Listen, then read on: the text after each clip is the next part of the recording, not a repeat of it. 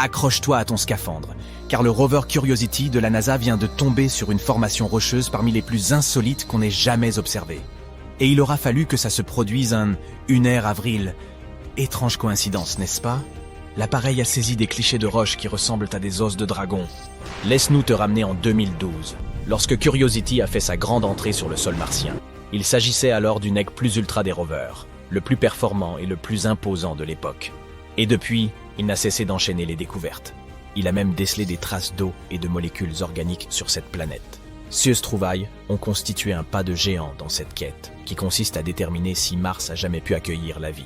Mais n'oublions pas que Curiosity n'est plus tout jeune. L'astromobile arpente Mars depuis 11 ans, et son heure de gloire s'est peut-être bien achevée avec le lancement du tout nouveau rover Perseverance. Néanmoins, Curiosity parvient toujours à captiver notre imagination grâce à son talent pour repérer des roches à l'aspect familier. Des objets en forme d'arêtes de poisson à ceux qui nous évoquent des feux de circulation, Curiosity nous a donné de nombreuses raisons de nous émerveiller. Mais aujourd'hui, tout l'Internet explose d'excitation devant les images époustouflantes de la caméra embarquée de Curiosity. Les internautes s'emballent devant ceux que l'on ne peut décrire que comme des os de dragon. Un astrobiologiste a bien reconnu que Mars nous avait déjà régalé d'une variété d'objets incongrus. Mais celui-ci a dépassé toutes nos attentes. Selon la théorie la plus en vogue, ces stries uniques sur la structure se sont formées des suites d'une érosion importante, probablement causée par les vents martiens. Tu te dis peut-être, bon d'accord, c'est bien cool tout ça, mais quel est l'intérêt de ce caillou bizarre? Eh bien, tout d'abord, il nous rappelle tout ce qu'il nous reste à découvrir sur notre mystérieuse voisine rouge. Alors que nous contemplons d'éventuels os de dragon et rêvons d'aventures interplanétaires, le rover Curiosity, lui, reste pragmatique. Sa mission principale consiste à recueillir un maximum de données et à déterminer si Mars a déjà abrité de minuscules formes de vie microbienne. Ce n'est pas la première fois que notre fidèle Curiosity tombe sur quelque chose de vraiment hors du commun. Notre robot explorateur nous a également rapporté l'image d'un minuscule rocher sur la planète rouge, et il ressemble étrangement à un livre fossilisé. Peux-tu imaginer tomber sur une bibliothèque martienne? Aux 3800 jours martiens de sa mission, notre intrépide astromobile a pris un cliché intriguant de cette découverte singulière. À l'aide de l'imageur Mars Handlens, fixé à son bras robotique, Curiosity a pris une photo de ce rocher qui semble tout droit sorti des rêves les plus fous d'un bibliothécaire. Avant que tu ne te laisses emporter par tes fantasmes d'avides lecteurs de l'espace, précisons les dimensions de ce caillou. Bien qu'il ressemble à un livre, il est de taille minuscule en comparaison. À vrai dire, il ne mesure qu'1 ou 2 cm de diamètre. Ne t'attends donc pas à ce que le prochain best-seller martien arrive bientôt dans nos rayons. Il s'agit plutôt d'une édition de poche, parfaite pour une lecture rapide pendant un petit trajet supraluminique. Avant de te réjouir de cette découverte, sache que les responsables de la NASA ont indiqué que les roches de forme particulière étaient assez répandues sur Mars. En outre, des milliards d'années de vents martiens incessants ont tout balayé au loin, à l'exception de ces vestiges de forme unique. Curiosity a l'œil pour repérer les formations inhabituelles. En février 2022, notre rover est tombé sur une fleur minérale dont les motifs ramifiés semblaient avoir été imaginés par un fleuriste de renom. Elle ne mesurait qu'1 petit centimètre de large. Quelques semaines plus tard, le 16 février, Curiosity est parvenu à retrouver des traces rocheuses d'anciens lacs, présentant de minuscules ondulations et des vaguelettes figées dans le temps. Si tu pensais que Mars n'était qu'une terre écarlate, et désolé, détrompe-toi. Les scientifiques ont même découvert des motifs de plus grande dimension, gravés dans la surface martienne par ces anciennes étendues d'eau. Par exemple, il se trouve une formation rocheuse qui ressemble étrangement à l'adorable visage d'un ours en peluche. Qui aurait cru que Mars avait un côté câlin? Et comme si cela ne suffisait pas, une époustouflante variété de rochers étranges en constelle la surface. Mais Curiosity ne se limite pas à recenser des bizarreries et autres particularités. Te souviens-tu du 2 février, lorsque le rover a dévoilé les premières images claires de rayons solaires sur Mars? Imagine un peu. Lorsque le soleil franchit l'horizon martien, au moment du lever et du coucher, ces rayons créent un spectacle envoûtant qui perce les nuages. C'est comme un spectacle de laser à la Pink Floyd mais propre à Mère Nature. Il existe même des images en ligne montrant une prétendue porte sur Mars. Et non, il ne s'agit pas d'un passage secret par lequel les petits hommes verts peuvent faire leurs allées et venues, si c'est ce que tu pensais. Les internautes ont carrément pété les plombs lorsque Curiosity nous a transmis ce cliché, qui semblait révéler une cavité semblable à une porte. C'était l'heure des théories farfelues et de l'enthousiasme général. Il n'y a toutefois pas lieu de s'inquiéter, car les experts nous ont fourni une explication bien terre-à-terre. Selon les spécialistes, qui connaissent bien la géologie de Mars, cette structure particulière est très probablement le résultat de l'érosion naturelle. Une réponse barbante, on le sait tous, mais c'est elle qui est le plus souvent à blâmer. Pour autant, certains scientifiques ont également su aborder cette question avec humour. Ils ont souligné que ladite porte avait une hauteur modeste de moins d'1 mètre. Donc, si nous croyons qu'il s'agit d'une porte pour les extraterrestres, il faudrait s'imaginer un type particulier d'alien assez trapu, un peu comme des hobbits martiens. Mais revenons à la réalité. Les experts s'accorderaient à dire que cette porte n'est rien d'autre qu'une ouverture peu profonde dans la roche, habilement créée par les forces de la nature. 16 couches visibles se sont probablement déposées il y a environ 4 milliards d'années au cours d'un processus de sédimentation, peut-être dans une rivière ou une dune poussée par les vents. Les vents sur Mars ont travaillé dur à éroder ces couches au fil du temps, pour laisser derrière eux les caractéristiques intrigantes que nous voyons aujourd'hui. Si tu regardes de près, tu remarqueras quelques fractures verticales naturelles disséminées dans l'image.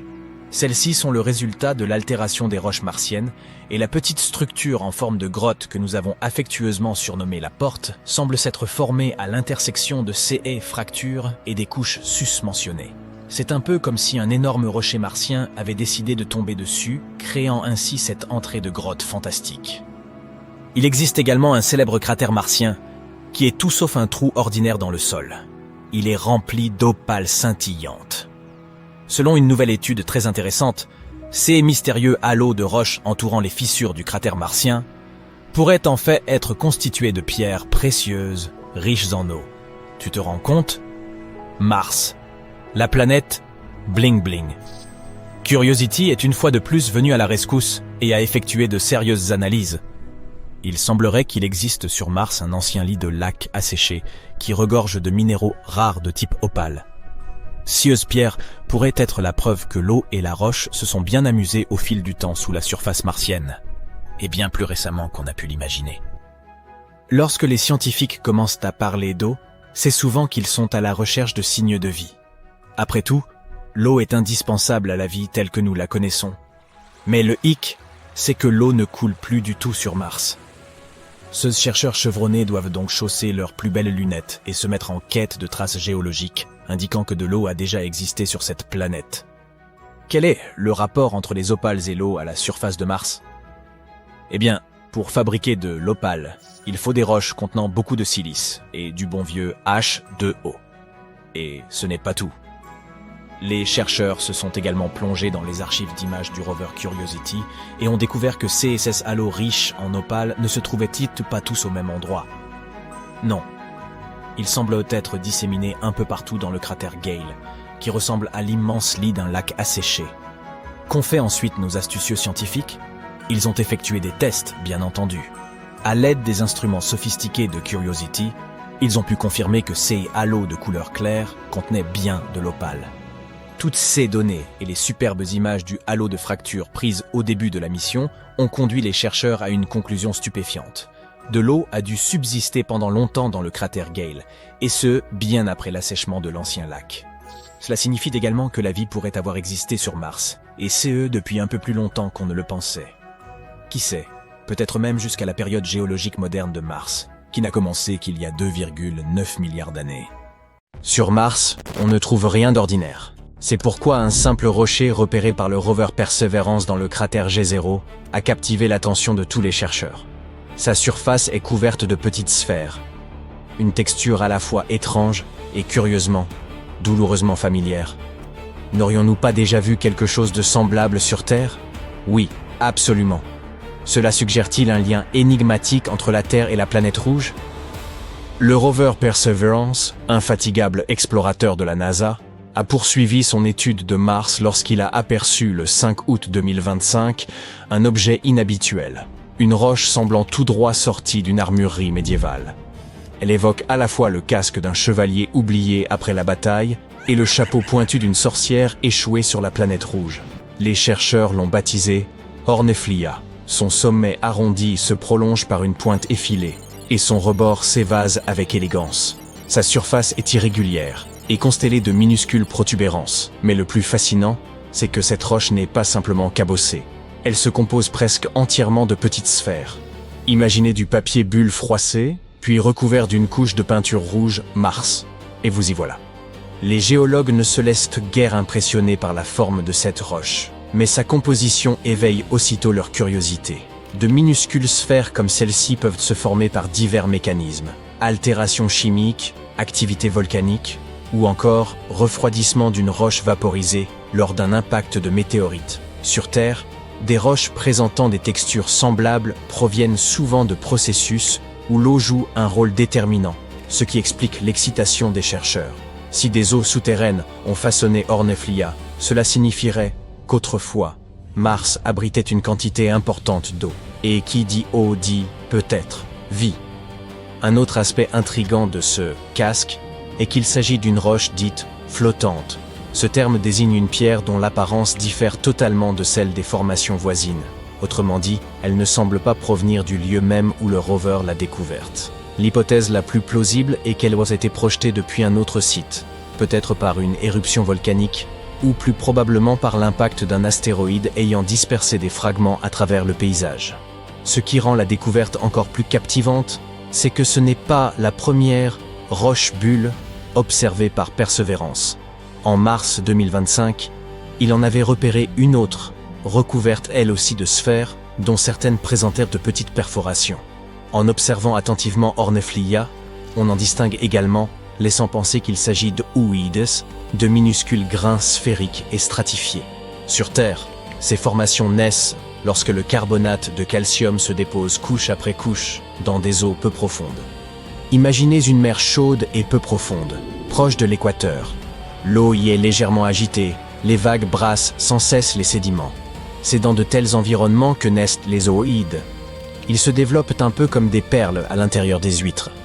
Tout commence par un infime grain de sable ou une minuscule particule.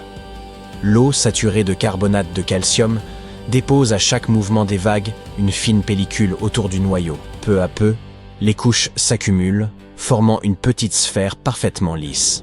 Parfois, le cœur est plus fragile que les enveloppes qui le recouvrent. Il peut alors se dissoudre, voire disparaître entièrement, laissant une cavité. Si les sphères martiennes se sont formées de manière semblable, ces minuscules trous pourraient s'expliquer ainsi. Cependant, une autre hypothèse subsiste. Sur Terre, les ooïdes peuvent aussi se former par un processus biologique. Certains prennent naissance à partir des restes d'organismes microscopiques. Les ooïdes martiens pourraient-ils partager cette origine? Bien sûr, cela ne signifie pas qu'il faille déjà proclamer qu'on a découvert de la vie sur Mars. Néanmoins, la présence de ces cavités constitue un indice intrigant. Elle laisse penser que la planète rouge a pu jadis offrir des conditions favorables à l'émergence du vivant. Peut-être pas de coquillages ni d'huîtres, certes, mais quelque chose qui mérite indéniablement l'attention des chercheurs. Les formations étrangement semblables à celles de la Terre ne sont pas les seules curiosités repérées sur Mars. En mars 2025, le rover Perseverance de la NASA a découvert une structure rappelant un amas d'œufs d'araignée miniatures. Cet assemblage était en réalité composé de centaines de petites sphères accolées les unes aux autres. Il reposait sur une colline baptisée Witch Hazel, à la lisière du cratère Jezero. Après examen, il s'est révélé être une roche singulièrement façonnée, recouverte d'une fine poussière rouge martienne. Pas d'araignée martienne, heureusement, ou malheureusement, selon le point de vue, mais une formation qui se détachait nettement du reste du paysage. L'équipe de Perseverance l'a baptisée St. Paul's Bay. Elle aussi est classée parmi les roches flottantes, à l'image de Orneflia. Quelque chose a dû la déplacer de son emplacement d'origine. Selon une théorie, elle serait née de l'impact d'une météorite dont la puissance aurait propulsé des fragments dans les airs. Ces morceaux, en se refroidissant, auraient formé ces sphères minuscules. Si tel est le cas, cette roche pourrait provenir de très loin. Une autre découverte remonte à avril 2023. Le rover Curiosity, alors qu'il faisait une pause dans sa quête de traces d'eau anciennes, est tombé sur ce qui ressemblait à un livre de voyage. Les chercheurs ont vite compris qu'il ne s'agissait pas d'un véritable ouvrage, mais d'une simple roche. Pourtant, sa forme évoque celle d'un petit volume relié, dont une page serait figée en plein mouvement. Ce rocher-livre est minuscule. Il ne mesure que 2 à 3 cm de large. En février 2022, le rover Curiosity a observé une structure minuscule, comparable à une fleur façonnée par des minéraux. Elle ressemblait à de délicates branches de corail, mais n'était en réalité qu'un dépôt minéral, un phénomène rare sous une telle forme florale. La plupart de ces dépôts se créent lorsque d'anciennes eaux interagissent avec les roches martiennes, un processus bien connu des scientifiques. Pourtant, celui-ci se distinguait nettement, car il évoquait l'apparence fragile d'une véritable petite plante. En janvier 2023, l'Université de l'Arizona a révélé une autre image étonnante. Une formation rocheuse martienne semblant représenter le visage d'un gigantesque ours en peluche. On y distinguait 2 yeux ronds, un nez en bouton et un sourire esquissé. Cette photo a été prise par le Mars Reconnaissance Orbiter de la NASA, alors en orbite autour de la planète rouge. Selon les chercheurs de l'université, cette figure n'était qu'une coïncidence géologique. Sans doute une colline ou un monticule fracturé situé au cœur d'un ancien cratère. Mais revenons à Orneflia. Perseverance a immortalisé cette roche bosselée lors de sa 234e semaine passée sur Mars. Et la NASA l'a même élue photo de la semaine du rover. Bien sûr, l'objectif principal de la mission n'est pas de collectionner des cailloux à l'aspect particulier. Lancé le 30 juillet 2020, le rover poursuit un but bien plus ambitieux. Rechercher les traces d'une vie microbienne ancienne et déterminer si Mars a jadis été propice à l'existence. Cette mission s'inscrit dans le cadre du programme Artemis, centré sur la création d'une base durable sur la Lune, afin de préparer le premier atterrissage humain sur Mars. Parallèlement, le fameux PDG de SpaceX nourrit son propre projet, envoyer des missions non habitées vers la planète rouge dès la fin de l'année 2026. En attendant, Perseverance n'a pas chômé. Sa première tâche fut l'exploration du cratère G0, choisi parce qu'il abritait autrefois un vaste plan d'eau. Après 3 années d'observation, le rover a achevé son étude complète du site en décembre 2024. La NASA en a souligné l'importance. Si Mars a connu de longues périodes humides, les lits lacustres et les anciennes rives de G0 pourraient être les meilleurs lieux pour déceler des traces fossilisées de vie passée. Perseverance n'est d'ailleurs pas seul. 4 autres rovers ont foulé Mars avant lui. Le premier, Sojourner, s'y est posé en juillet 1997.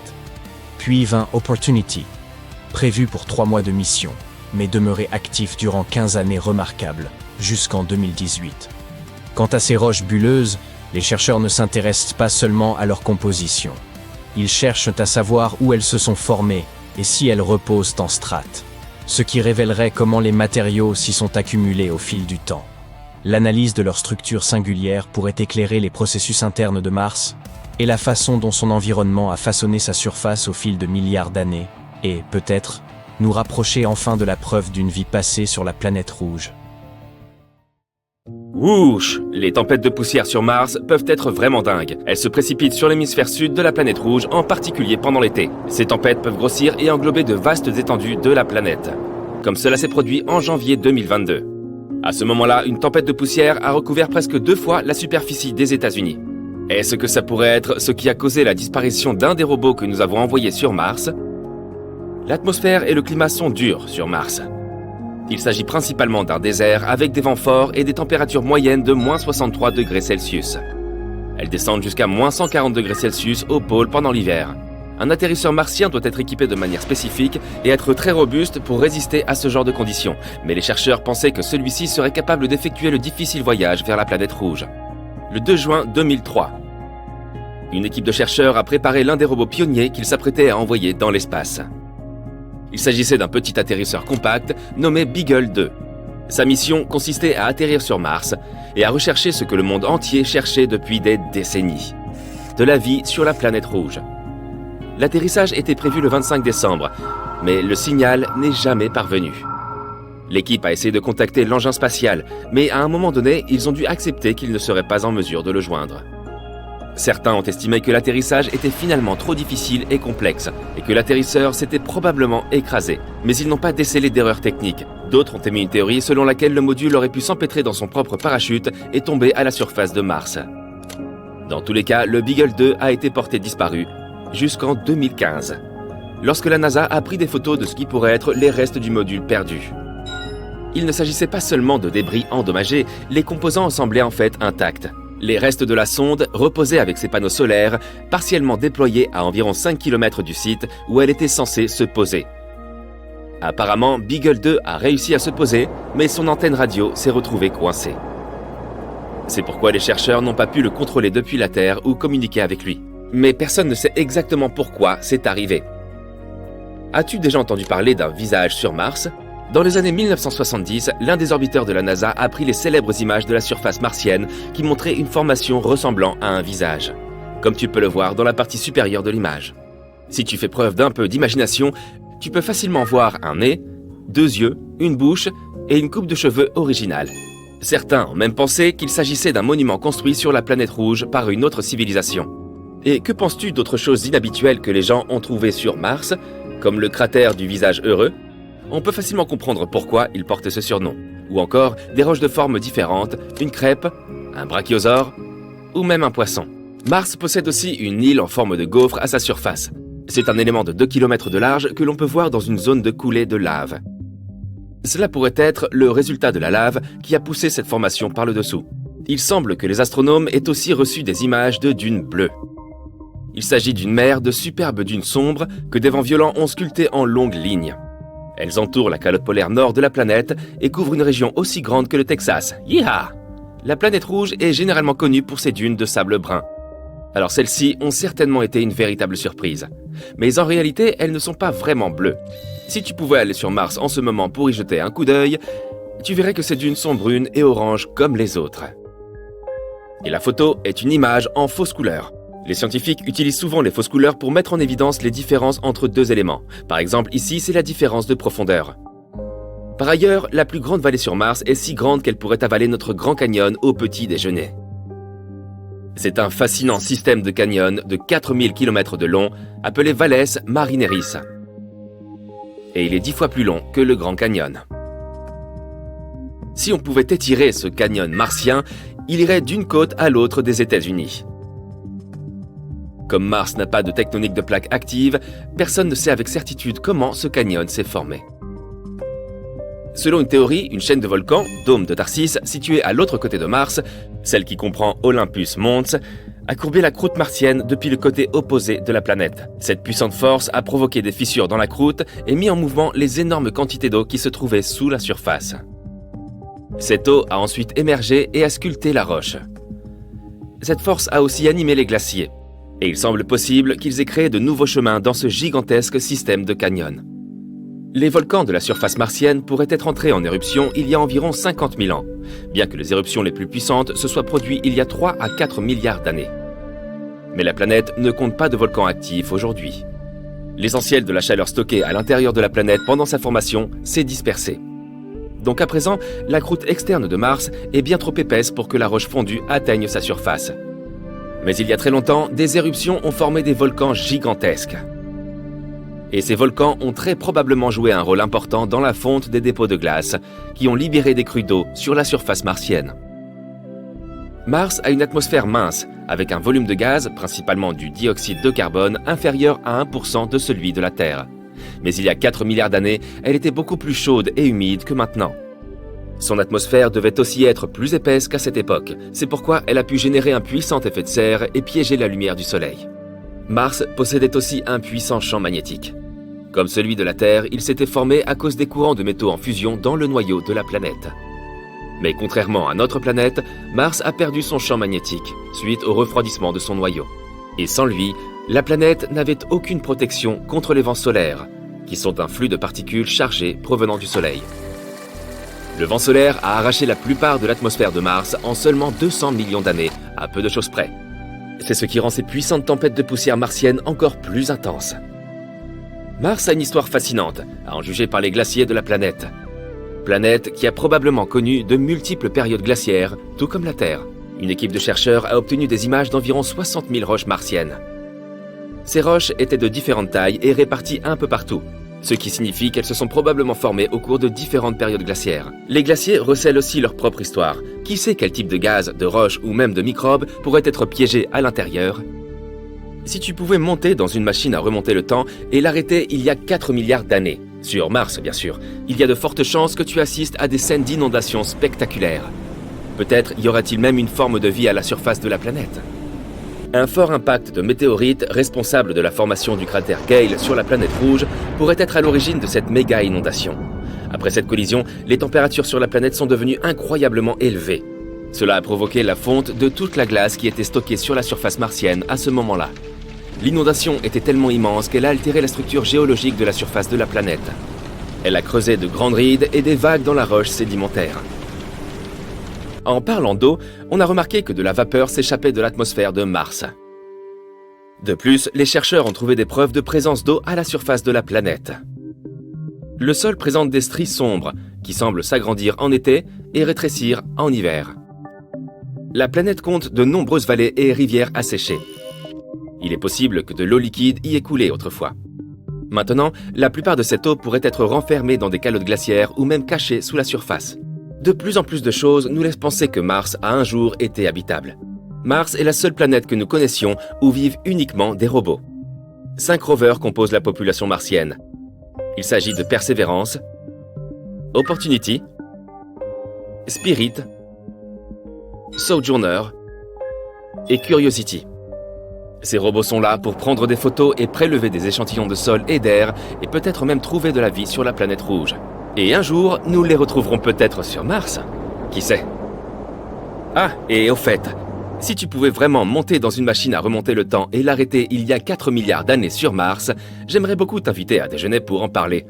C'est moi qui régale. La terre rouge et aride tremble sous vos pieds. De larges crevasses s'ouvrent brusquement, menaçant de vous engloutir.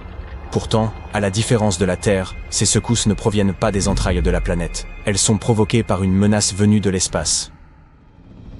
Des scientifiques ont récemment fait une découverte saisissante au sujet des séismes martiens. En exploitant les données d'InSight de la NASA, ils ont établi que certains de ces tremblements étaient dus à des impacts de météorites. Cela signifie que Mars est frappé 2,5 fois plus souvent que ce que l'on croyait, et que de nouveaux cratères naissent constamment. Mais ce qui inquiète le plus, c'est que ces impacts ne se contentent pas d'ébranler la surface. Ils propagent d'intenses ondes de choc jusque dans les profondeurs de la planète, révélant l'existence d'un réseau sismique insoupçonné et un intérieur instable, à 1000 lieues de ce que nous imaginions. Cela bouleverse notre compréhension de Mars. La question cruciale désormais est, que reste-t-il à découvrir sous sa surface? Commençons néanmoins par suivre le raisonnement des chercheurs. Ils ont comparé les données sismiques issues du module InSight de la NASA avec les nouveaux cratères recensés par le Mars Reconnaissance Orbiter. C'est ainsi qu'ils ont constaté que certains impacts engendraient une autoroute sismique, traversant le manteau, au lieu d'être amortis par la croûte. Bien que la mission ait été interrompue en 2022, les données recueillies demeurent d'une grande valeur. L'atterrisseur, qui avait déployé un sismomètre sur le sol martien, a enregistré plus de 1300 séismes, certains provoqués par la fracturation des roches internes sous l'effet de la chaleur et de la pression, d'autres, semble-t-il, par des météoroïdes percutant la surface martienne. En analysant la propagation des ondes sismiques à travers la croûte, le manteau et le noyau, les chercheurs poursuivent leur reconstitution de l'architecture interne de Mars. Par le passé, ils avaient déjà mis en relation les cratères d'impact avec les relevés sismiques.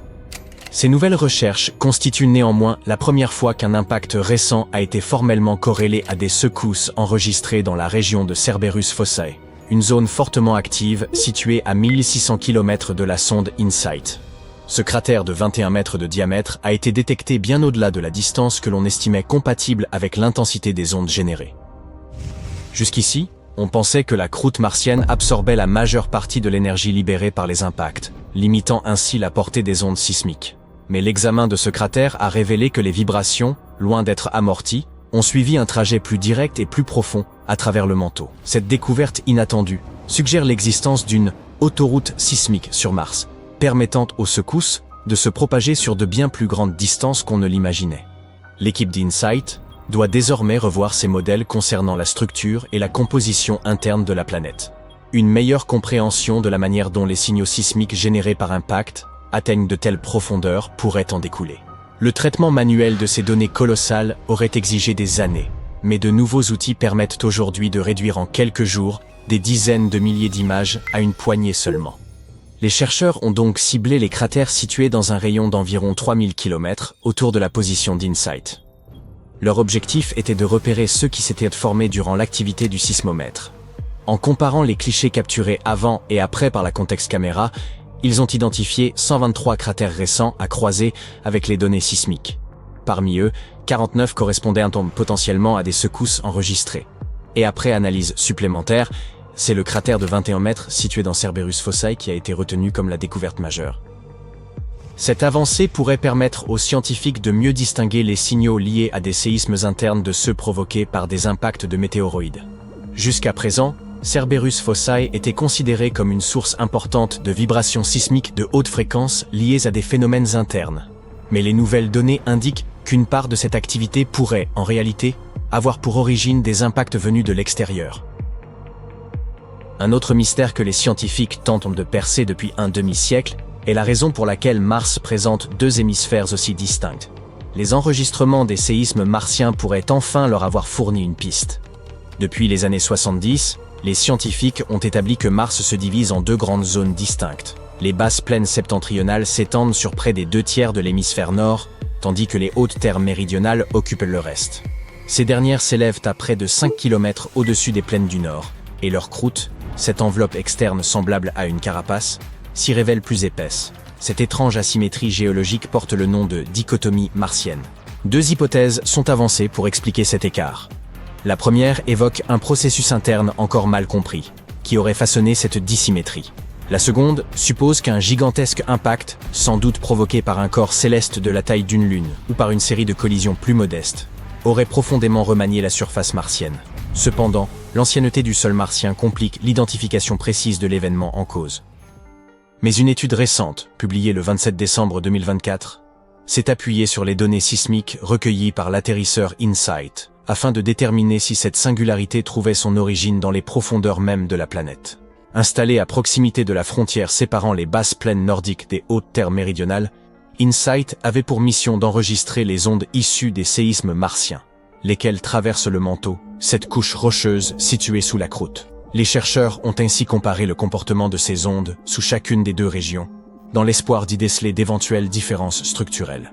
Leurs observations ont révélé que les ondes sismiques s'amortissaient si bien plus rapidement en traversant les hautes terres du sud. Cela indique que le manteau situé sous cette région est notablement plus chaud que celui du nord. Ce constat vient renforcer l'idée que des forces internes, et non un événement d'origine externe, seraient à l'origine de cette séparation géologique.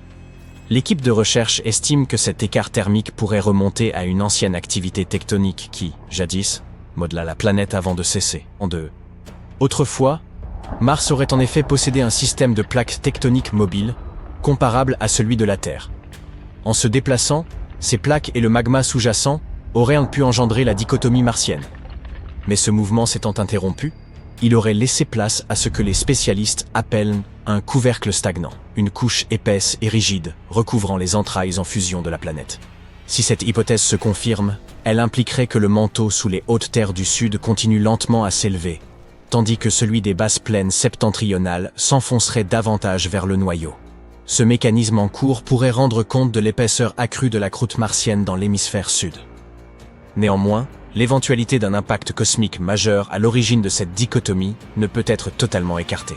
Certaines recherches récentes soutiennent qu'une collision colossale demeure une explication plausible. Pour trancher définitivement, il faudra recueillir davantage de données sismiques martiennes et affiner les modèles de la formation primitive de la planète. Au fait, si l'envie vous prend de visiter Mars, vous pourriez bien tomber nez à nez avec le protagoniste de cette vidéo, l'atterrisseur InSight. Son lancement était prévu pour mars 2016, mais un dysfonctionnement de l'un de ses instruments a forcé la NASA à repousser la mission. Il s'agissait d'une fuite dans le système de vide du sismomètre. Le décollage a donc été reporté à mai 2018, le temps de résoudre le problème. Mais ce retard a entraîné une hausse des coûts, passant de 675 à 830 millions de dollars. Malgré ce départ tardif, InSight a réussi à se poser sur Mars le 26 novembre 2018. Avec le temps, une accumulation de poussière a recouvert ses panneaux solaires, compromettant leur capacité à capter l'énergie. Fonctionnant uniquement grâce à ses panneaux solaires et à des batteries, l'atterrisseur dépendait aussi de rafales de vent occasionnelles, les fameux événements de nettoyage, pour déloger la poussière. Hélas, La zone d'atterrissage s'est révélée trop calme pour que de telles bourrasques se produisent régulièrement. En février 2021, en plein hiver martien, une épaisse couche de poussière avait réduit la production des panneaux à seulement 27% de leur rendement habituel. Pour préserver l'alimentation électrique, la NASA a résolu de faire entrer InSight en mode hibernation, désactivant peu à peu ses instruments pour maintenir ses circuits à température. L'équipe espérait qu'une amélioration du climat permettrait au module de se recharger et de reprendre ses activités vers juillet 2021. En mai, les ingénieurs ont trouvé une astuce ingénieuse. Utiliser le bras robotique pour verser du sable sur les panneaux afin que le vent puisse chasser un peu de poussière. Mais au fil des mois, la production d'énergie est tombée à 1/10 de ce qu'elle était à son arrivée. En juillet 2022, la NASA a basculé InSight en mode économie d'énergie pour qu'il puisse continuer à détecter des secousses martiennes.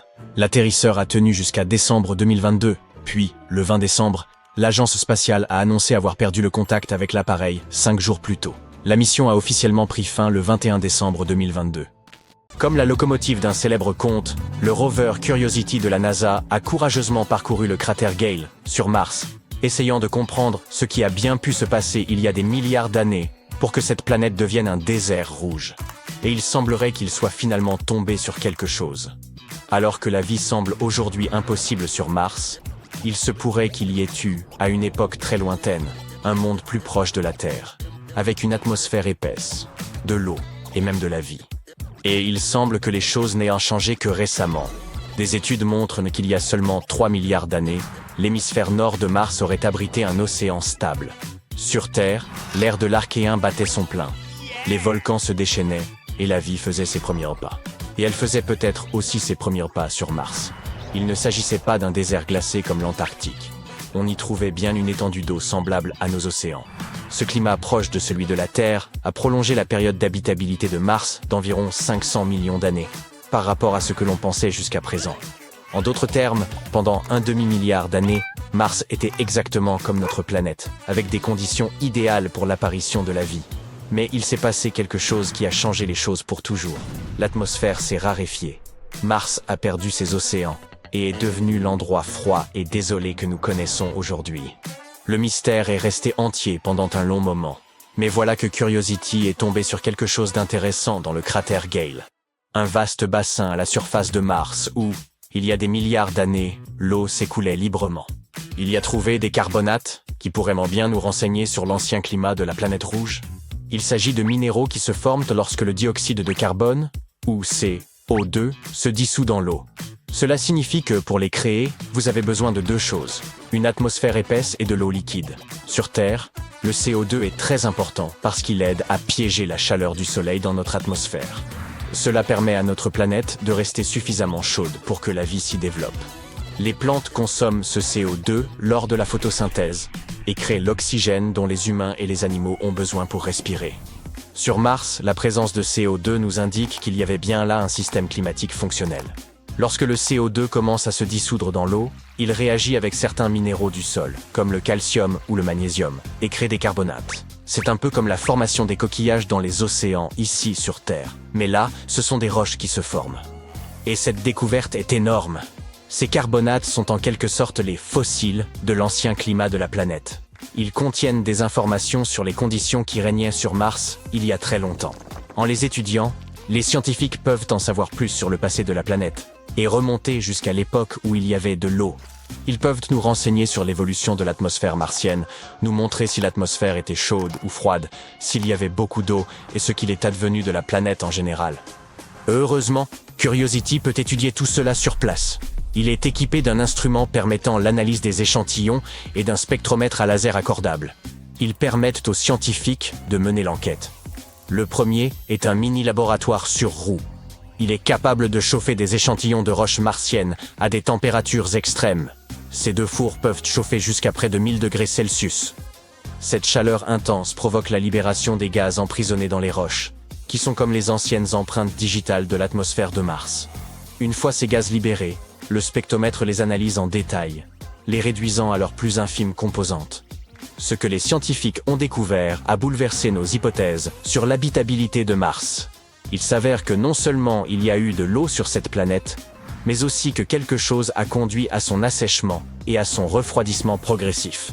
En d'autres termes, L'eau de Mars n'a pas simplement disparu, elle s'est évaporée rapidement dans des conditions extrêmes.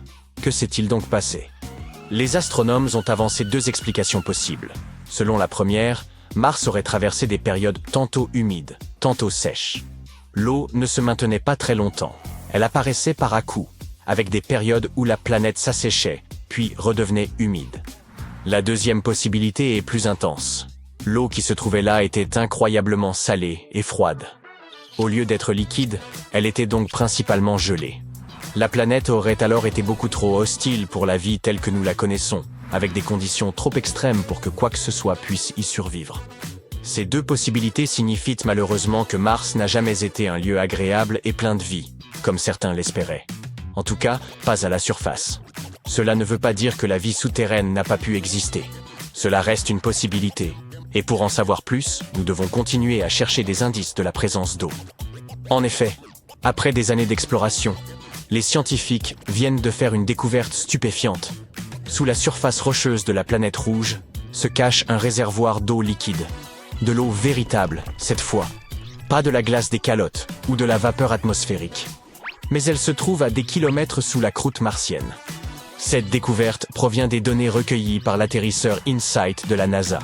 Il a passé 4 ans à écouter les subtiles secousses de la planète. Oui, il y a des tremblements de terre sur Mars. Il a analysé plus de 1300 secousses. Grâce à lui, les scientifiques ont pu cartographier la façon dont les ondes sismiques se déplacent sur la planète.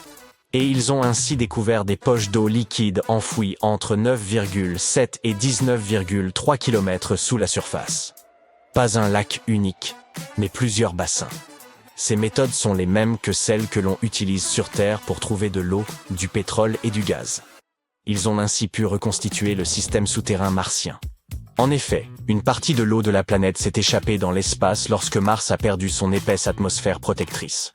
Cependant, cette découverte nous apprend que toute l'eau n'a pas disparu, mais qu'elle s'est simplement enfoncée dans les profondeurs du sol, où elle se trouve encore aujourd'hui.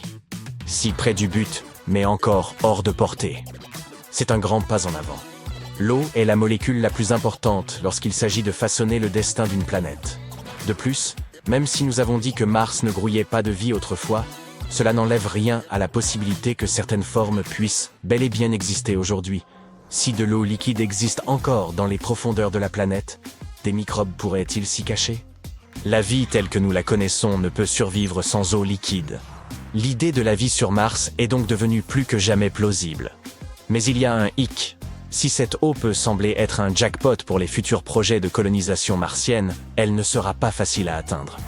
Dire que forer à 9,7 km de profondeur n'est pas une mince affaire est un euphémisme. Sachez qu'ici, sur Terre, le forage le plus profond que nous ayons réalisé est d'environ 12 km. C'était dans le cadre du projet Kola Super Deep Borehole. Et ce projet a poussé la technologie actuelle à ses limites. Chaleur intense, pression, panne d'équipement, tout y est passé. Sur Mars, ce serait encore plus fou. L'environnement y est beaucoup plus froid, l'atmosphère extrêmement ténue et l'infrastructure inexistante. Cela rendrait toute mission de forage extrêmement difficile. Pour atteindre les réservoirs d'eau enfouis si profondément, nous aurions besoin d'acheminer d'une manière ou d'une autre un équipement spécialisé. Cet équipement devrait être capable de supporter un froid extrême, une faible pression et une gravité différente. Et tout cela devrait bien sûr fonctionner à distance et, de préférence, ne pas se détériorer. Et l'opération nécessiterait des tonnes d'énergie. Eh oui, il est possible que nous ne puissions y parvenir qu'à l'avenir, lorsque nous aurons des systèmes automatisés ou des astronautes sur Mars. Ce n'est pas une tâche facile, même pour les milliardaires les plus ambitieux. Pour l'instant, ce que cachent ces réservoirs reste donc un mystère. Et ce n'est pas la seule énigme. Comme nous l'avons mentionné, Mars cache l'un de ses plus grands secrets sous son pôle sud gelé. Un autre vaste lac d'eau liquide enfoui profondément. Un radar l'a révélé en scannant la calotte glaciaire de cette région qui porte un nom à coucher dehors. Il est étrange que l'eau soit restée liquide à des températures aussi basses. C'est probablement dû à la chaleur géothermique qui règne sous la surface. Et il pourrait y avoir de la vie là aussi. Ils envisagent donc de sonder d'abord ce lac, une opération beaucoup plus facile. Le travail de Curiosity est incroyable, et il continue de nous aider à éplucher les couches de l'ancien climat martien, nous livrant de nouvelles pièces du puzzle que représente l'histoire de notre voisine. Cela pourrait nous aider à éviter des erreurs similaires à l'avenir. Notre planète peut se révéler absolument saisissante, à condition de savoir où regarder.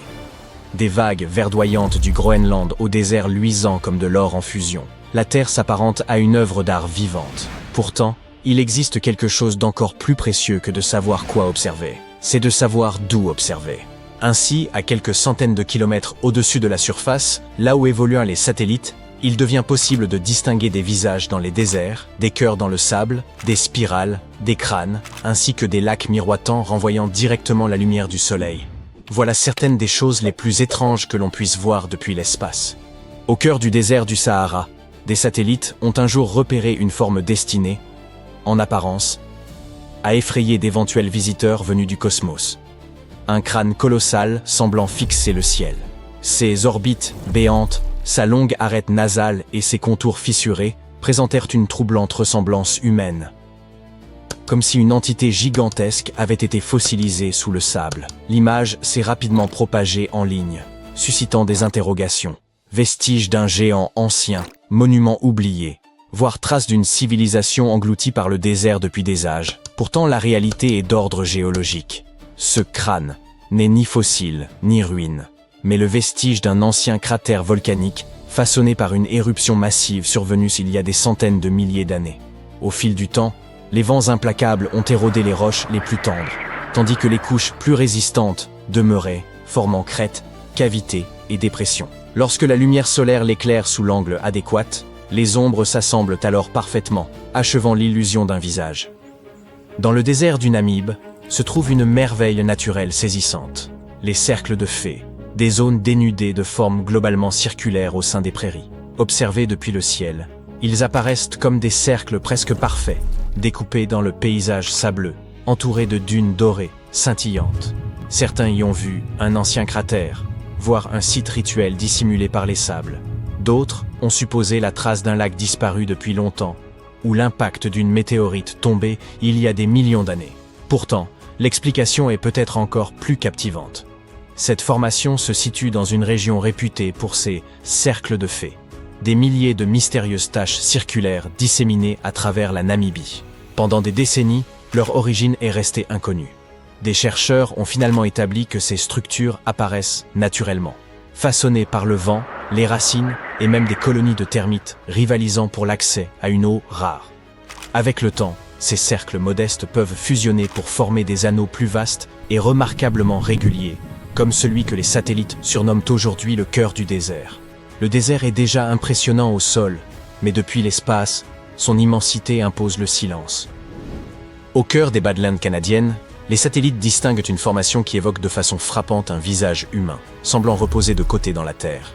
Ce relief singulier est connu localement sous le nom de « gardien des Badlands ». La coïncidence est saisissante. Imaginez un instant pouvoir distinguer un homme coiffé d'un casque romain en observant l'Italie depuis l'espace. Les reliefs dessinent ce qui ressemble à un front, un œil, un nez et même des lèvres. Certains s'amusent à affirmer qu'ils distinguent une paire d'écouteurs posés son oreille. Durant des années, l'origine de cette forme a alimenté les spéculations. Artefacts anciens ou sculptures monumentales dissimulées sous la surface? Pourtant, en l'absence de preuves contraires, il faut admettre que ce gardien est une formation naturelle, façonnée par l'action persistante du vent et de la pluie au fil des millénaires. Quant aux écouteurs, ils existent.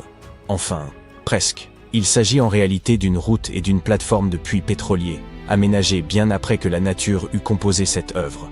Ce qui renforce encore l'illusion, c'est le jeu de la lumière solaire. Selon son angle, les ombres se déplacent dans les ravines et sur les crêtes, donnant au visage un aspect presque vivant. C'est un effet naturel remarquable, fruit de la rencontre entre la lumière et l'érosion. On pourrait invoquer la tendance du cerveau humain à reconnaître des visages partout, mais enfin, regardez-le. Près des côtes égyptiennes de la mer Rouge, des satellites ont un jour révélé une forme paraissant presque trop parfaite pour être naturelle. Un vaste motif en spirale sculpté dans le sol désertique. Des milliers de monticules de sable et de dépression y sont disposés avec une précision hypnotique, s'étendant sur une surface plus large qu'un pâté de maison. Et cela a donné lieu à toutes les spéculations. Certains y ont vu la trace laissée par des visiteurs venus d'ailleurs. D'autres, un symbole oublié d'une civilisation ancienne. Les théories ont circulé rapidement. installation militaire secrète, messages destinés au ciel, ou encore géoglyphes inexpliqués comparables aux lignes de Nazca au Pérou. Mais lorsque les artistes se sont manifestés, le mystère s'est dissipé, de façon quelque peu décevante. Ces spirales faisaient en partie du Desert Breath, une immense installation réalisée en 1997 par 3 artistes désireux de créer une œuvre pleinement perceptible uniquement depuis les airs. Plus de 93 000 m² de sable ont été modelés en cônes et en creux lisses, conçus pour s'effacer lentement à mesure que le vent reprenait possession du paysage. Ironiquement, c'est pour cette raison que l'œuvre continue aujourd'hui de tromper les observateurs. Vue en orbite, la lumière et les ombres du désert préservent sa forme, lui donnant l'apparence d'une création intacte chaque fois que le soleil l'éclaire. Il s'agit de l'un de ces rares cas où l'art, le temps et la nature œuvrent de concert. Le motif demeure fascinant. Et si des visiteurs arrivèrent du cosmos, nul doute qu'ils l'admireraient, aussi perplexes que nous l'avons été. Loin, sur les plaines côtières du Pérou, des satellites ont mis au jour quelque chose de proprement stupéfiant. Gravés dans le désert apparaissent d'immenses figures. Depuis le sol, il est impossible de les distinguer clairement, mais vues d'en haut, elles se révèlent comme une œuvre monumentale. On y reconnaît un colibri, un singe et sans doute la plus célèbre de toutes, une araignée. Cette créature à 8 pattes est dessinée avec une telle précision qu'elle semble ramper à la surface de la Terre. À elle seule, l'araignée mesure environ 46 mètres d'une extrémité à l'autre, et plus étonnant encore, elle correspond à une espèce vivant au cœur de la forêt amazonienne, à des centaines de kilomètres de là. Comment des populations d'il y a 2000 ans pouvaient-elles connaître son apparence avec autant de justesse et la reproduire au sol avec une telle exactitude? Les hypothèses n'ont pas tardé à affluer. Certains soutenaient que ces lignes étaient des messages adressés aux dieux observant depuis les cieux. D'autres ont avancé qu'elles indiquaient le tracé d'eau souterraine ou servèrent de lieu rituel destiné à invoquer la pluie. Mais l'explication aujourd'hui privilégiée est aussi ingénieuse qu'élégante. Les Nazca ont retiré la couche de gravier sombre du désert afin de révéler un sol plus clair, traçant ainsi d'immenses contours blancs qui ont traversé les siècles grâce au climat sec et presque sans vent de la région. Les lignes de Nazca n'étaient pas destinées à être vues depuis le sol, du moins pas par des humains dépourvus d'ailes. Mais désormais, grâce aux satellites, leur spectacle est saisissant. Dans le désert de Gobi, en Chine, des satellites ont un jour capturé une série de motifs géométriques pour le moins déroutants, gravés dans le sable. D'immenses grilles, des lignes d'un blanc éclatant et des croisements réguliers s'étirant sur plusieurs kilomètres. Lors de leur apparition sur Google Earth, ces images sont devenues virales. Beaucoup y ont vu d'énormes pistes d'atterrissage, des symboles codés ou même les vestiges d'une civilisation disparue. Certains ont même imaginé qu'il s'agissait d'un message adressé à des extraterrestres. Finalement, les experts ont levé le voile. Ces lignes monumentales sont en réalité des cibles de calibration satellitaire utilisées par la Chine pour vérifier la précision de ses satellites militaires et de télédétection. Leur teinte très claire réfléchit efficacement la lumière solaire, permettant aux instruments de mesurer distance, mise au point et orientation depuis l'orbite. Ces formes sont d'une taille considérable. Certaines excèdent 1600 mètres de large et sont disposées selon des angles droits parfaits qui impressionneraient tout géomètre. Elles sont conçues pour des caméras situées à des milliers de kilomètres au-dessus de la Terre et non pour l'œil humain. Depuis le sol, elles ressemblent à des étendues de gravier et de pierre. Mais vues depuis l'espace, elles figurent parmi les cibles les plus précises jamais créées par l'homme. Il y a encore bien d'autres exemples, mais ce sera pour une autre fois. On peut citer l'œil du Sahara, en Mauritanie, une spirale gigantesque de 40 km de large qui évoque un portail brûlé dans le désert, ou la dépression du Danakil, en Éthiopie, dont les couleurs jaunes et vertes semblent tout droit venues d'une autre planète. Il est assez fascinant de pouvoir observer de telles œuvres simplement en effectuant un zoom, comme si tout n'était qu'une affaire de perspective. Nous venons de mettre au jour l'indice le plus marquant, suggérant que quelqu'un a vécu sur Mars, ou plutôt qu'une entité y a subsisté. Car, si vous imaginez de frêles êtres rougeâtres aux yeux grotesques, écartez cette idée. Les Martiens envisagés ressemblaient plutôt à d'infimes microbes. Je sais que c'est un peu décevant, mais une telle découverte pourrait tout bouleverser. Voyez-vous ce motif singulier sur la roche, semblable à des taches de léopard? Des spécialistes pensent qu'il aurait été façonné par une forme de vie ancienne. Et non, Il ne s'agit pas de peintures rupestres comme celles qu'ont laissées les premiers humains dans des grottes. Ces fines marques seraient peut-être les vestiges de microbes, révélant que d'étranges réactions chimiques se déroulaient lors de leur formation. Rassurez-vous, nous allons éclaircir cela dans un instant. La NASA avait identifié cette trace il y a plus d'1 an, et l'enthousiasme fut immédiat, car elle correspondait exactement au type de roche insolite qu'elle espérait rencontrer sur Mars. L'agence pensait que ce motif étrange pourrait constituer une biosignature, autrement dit un indice qu'une forme de vie y avait jadis existé. Ce pouvait être un élément, une molécule, une substance ou, en l'occurrence, un motif rappelant un imprimé léopard. Les scientifiques demeuraient pourtant prudents. On ne peut proclamer « nous avons trouvé de la vie sur Mars », sans certitude absolue. Peut-être ne s'agissait-il que d'une roche martienne à l'apparence singulière. Ils ont donc soumis l'échantillon à de multiples analyses. Et par « il faut entendre plus d'1 millier de chercheurs de la NASA et d'institutions partenaires à travers le monde. Tout récemment, ils ont publié un article affirmant, en substance, « Écoutez, nous ne voyons pas d'autre explication. » Et voilà. Faute d'autres explications plausibles, nous tenons peut-être la preuve la plus convaincante jamais obtenue qu'une entité ait réellement vécu sur Mars. L'échantillon, surnommé Saphir Canyon, a été prélevé par le rover Perseverance en juillet 2024. Il provient de falaises rocheuses, situées au bord de la vallée fluviale de Neretva-Vallis, une zone façonnée autrefois par des eaux qui se déversaient dans le cratère G0. Et nous parlons ici de plus de 3 milliards d'années. Les scientifiques estiment qu'à cette époque, Neretva-Vallis était parcouru de rivières rapides, transportant boue, sable et gravier vers le lac. Lorsque l'eau s'est finalement retirée, elle a laissé l'affleurement où Saphir Canyon a été découvert. Après avoir récupéré l'échantillon, le rover Perseverance a poursuivi son exploration de la vallée fluviale afin de mieux cerner le milieu où ces roches se sont formées et de comprendre comment ces taches évoquant un pelage de léopard ont pu apparaître. Cette étape est déterminante, car identifier précisément leur origine permet d'évaluer si la roche porte véritablement la trace d'une activité biologique. En d'autres termes, ces motifs proviennent-ils de processus chimiques ordinaires ne nécessitant aucune forme de vie, ou bien ont-ils été laissés par des microbes? Les instruments du rover ont révélé que les roches de cette région sont composées d'argile et de limon, des matériaux réputés, sur Terre, pour préserver des signes de vie microbienne ancienne. Elles contiennent également du carbone organique, du soufre, du fer oxydé et du phosphore. Et vous savez qui tire parti de tels éléments? Les microbes. Les spécialistes pensent qu'ils auraient ni pu utiliser ces ingrédients comme source d'énergie, et, ce faisant, laisser derrière eux les taches de léopard que l'on distingue aujourd'hui sur les images en haute résolution. Rappelez-vous lorsque j'évoquais l'idée que ces marques pourraient être des vestiges laissés par un microbe. C'est exactement cela. Imaginez que vous dégustiez un hamburger nommé le Galaxy Burger, accompagné d'une sauce singulière. Une goutte tombe sur la table.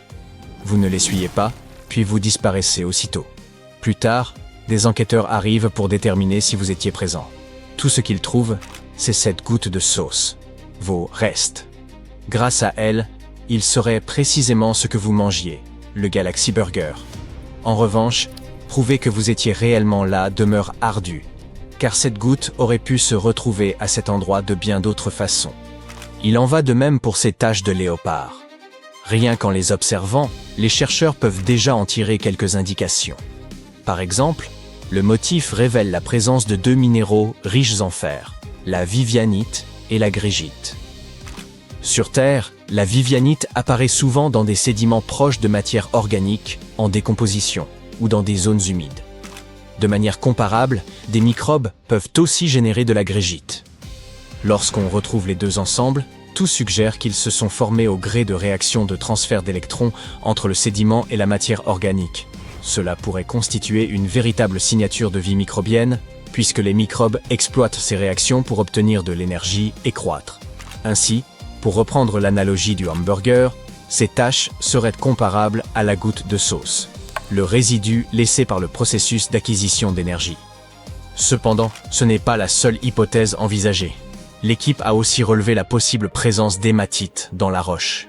Et si Mars mérite le nom de planète rouge, c'est largement en raison de ce minéral dense, capable d'adopter une teinte rougeâtre. Sur Terre, on l'emploie depuis des millénaires comme pigment pour la peinture. Les chercheurs pensent désormais que ces motifs léopardés pourraient être apparus lorsque des réactions chimiques, impliquant l'hématite, ont transformé certaines parties de la roche du rouge vers le blanc. Ce processus peut libérer du fer et du phosphate, et peut-être produire ces anneaux sombres. Et voici l'élément décisif. De telles réactions sont aussi susceptibles de fournir une source d'énergie exploitable par des microbes. Pour l'heure, il ne s'agit toutefois que de théorie.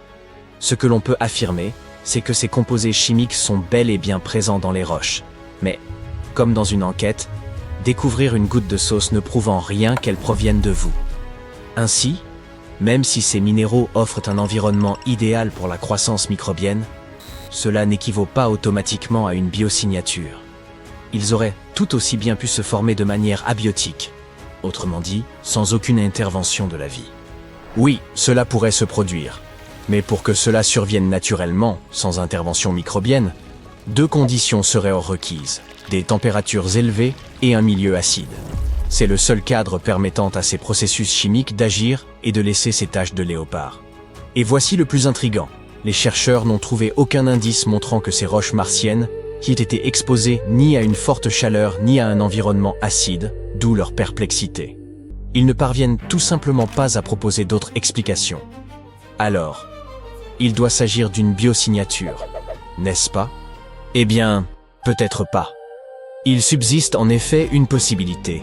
Certains composés organiques pourraient réagir même à basse température. Et peut-être, oui peut-être, que nous observons ce phénomène pour la toute première fois. C'est précisément ce qui rend si difficile une confirmation absolue, déterminant si l'on voit là l'œuvre d'anciens microbes ou un simple processus naturel. Ainsi, au final, nous avons davantage de questions que de réponses. Pour l'heure, cet échantillon repose soigneusement scellé dans un tube à des millions de kilomètres sur Mars. Nous pouvons espérer qu'un jour, il sera rapporté sur Terre, permettant aux chercheurs de l'étudier en laboratoire. Et bien que nous ne puissions pas encore affirmer qu'il s'agit d'une biosignature, une chose est certaine. Cette découverte de persévérance constitue l'étape la plus proche que nous ayons jamais atteinte vers l'identification d'une vie martienne. En vérité, parvenir à distinguer une biosignature potentielle sur la planète rouge est en soi révolutionnaire. Cette découverte revêt également une importance particulière en raison de l'âge de la roche. Cet indice provient de quelques-unes des roches sédimentaires les plus jeunes jamais étudiées. Jusqu'ici, les scientifiques pensaient que d'éventuels signes de vie ancienne se trouveraient plutôt enfermés dans des formations beaucoup plus âgées. Or, rien n'avait été détecté dans ces roches anciennes. Trouver une biosignature potentielle dans une roche jeune suggère deux pistes. D'abord, que Mars aurait pu demeurer habitable plus longtemps, ou plus tard dans son histoire, que nous ne l'avions cru. Ensuite, que les roches plus anciennes pourraient aussi renfermer des traces de vie, mais peut-être sont-elles simplement plus difficiles à discerner. Un jour, notre technologie sera peut-être suffisamment avancée pour les révéler.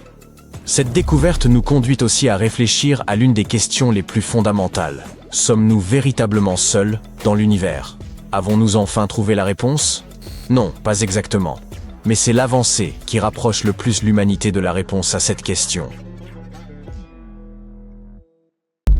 Vous savez ce qui serait vraiment cool? Avoir un minuscule hélicoptère sur Mars, capable de bourdonner dans les airs pour scruter les environs depuis les hauteurs, photographier le sol martien et rechercher, de manière autonome, d'éventuelles traces de vie extraterrestre dissimulées. Un jour, au sein de la NASA, une idée si audacieuse a réellement été formulée. Puis, ils ont concrétisé ce projet. Voici Genie, l'une des avancées scientifiques les plus remarquables depuis les débuts de l'exploration spatiale. En 2020, le Jet Propulsion Laboratory de la NASA, ou JPL, a discrètement intégré à sa mission martienne un projet annexe de petite envergure. Nommé Ingenuity, cet engin volant visait à déterminer si le vol motorisé pouvait fonctionner sur une autre planète. Il ne s'agissait que d'un essai technique. La véritable mission, quant à elle, consistait à explorer la surface martienne à l'aide du rover Perseverance. En 2021, un robot scientifique à 6 roues, comparable en taille à un petit SUV, a touché le sol martien au sein du cratère G0. Les scientifiques estiment qu'un lac occupait jadis cet endroit il y a environ 3,5 milliards d'années. Ce détail est fondamental, car là où l'on trouve de l'eau ancienne, une vie extraterrestre pourrait bien avoir existé. Perseverance fonctionne comme un laboratoire mobile. Il peut analyser les roches, forer le sol et conserver des échantillons dans de petits tubes en vue d'analyses ultérieures. Ces prélèvements s'inscrivent dans un plan à long terme. La NASA et l'ESA ambitionnent de les rapatrier en 2033 pour les étudier. Cela pourrait-il nous apprendre que la vie a déjà existé ailleurs que sur Terre? Peut-être que ces échantillons ne fourniront pas une preuve irréfutable, mais cela reste notre meilleure chance. Soudain, 2031 semble si lointain. Le rover est équipé d'une série d'instruments et d'outils d'analyse qui pourraient s'avérer précieux pour les futures explorations martiennes. Mais l'héroïne de cette histoire est Ginny. L'inspiration de ce petit hélicoptère est née des drones terrestres, et l'idée a émergé de lui faire servir d'éclaireur à Perseverance. Mais en concevoir un capable de fonctionner sur Mars relevait presque de l'impossible. Le premier obstacle concernait l'atmosphère martienne. Sa pression n'atteint qu'environ 1% de celle que nous connaissons sur Terre, ce qui laisse très peu de matière contre laquelle exercer une poussée. Sur notre planète, les pales des hélicoptères s'appuient sur un air dense pour générer de la portance. Sur Mars, l'air est si rare que cela s'apparenterait à brasser dans le brouillard. On effectue les mêmes gestes. Sans le moindre effet, il fallait aussi compter avec la gravité. Sur Mars, elle équivaut à environ 38% de celle de la Terre. Cela aide quelque peu, mais pas suffisamment pour compenser l'absence d'air. Pour parvenir à voler, l'engin devait être d'une extrême légèreté, avec de grandes pales tournant à vive allure, afin de saisir cet air raréfié. Et il y avait aussi le froid. La nuit, les températures tombent à moins 90 degrés, soit l'équivalent des records de froid relevés en Antarctique. De telles conditions sont assez extrêmes pour endommager l'électronique, et les batteries supportent mal le froid. Ginny se rechargeait donc en journée avec un petit panneau solaire, puis utilisait cette énergie pour survivre au gel nocturne. Chaque jour, les chercheurs redoutèrent qu'elle ne se pose dans l'ombre d'une colline, car cela l'empêcherait de se recharger. Et comme elle n'était pas pilotable à distance, chaque déplacement comportait un vrai risque. Mars est si lointaine que les signaux peuvent omettre jusqu'à 20 minutes pour y parvenir.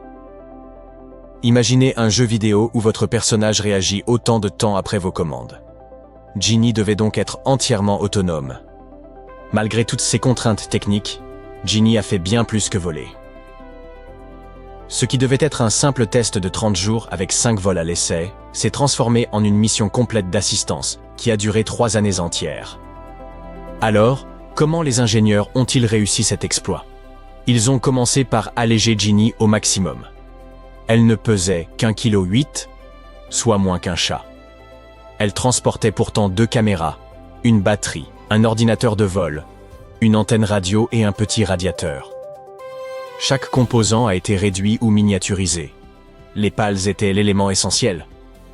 Sur Terre, celles d'un petit hélicoptère tournent entre 400 et 500 tours par minute. Mais cela n'aurait jamais suffi sur Mars. Les 2 rotors de Ginny devaient tourner 5 fois plus vite et atteindre environ 2500 tours par minute pour pouvoir générer une portance suffisante. Chaque pale mesurait environ 60 cm de long et était fabriquée en fibre de carbone, un matériau aussi léger qu'une plume, mais d'une solidité remarquable. Contrairement aux drones classiques dont les pales sont disposées côte à côte, celle de Ginny était superposée, tournant en sens inverse, ce qui annulait l'effet de torsion produit par une seule pale en rotation. Vous avez sûrement remarqué que les hélicoptères sont équipés d'un petit rotor à l'arrière. Il est indispensable car lorsque le rotor principal génère la portance, il provoque aussi une force de torsion, le couple, qui pousse tout l'appareil à tourner dans l'autre sens. Sans un dispositif pour compenser cette rotation, l'hélicoptère se mettrait à tournoyer sur lui-même dans les airs. Ginny ne pouvait pas être dotée d'un rotor de queue. Cela aurait ajouté du poids, augmenté la consommation d'énergie et rendu l'ensemble encore plus complexe.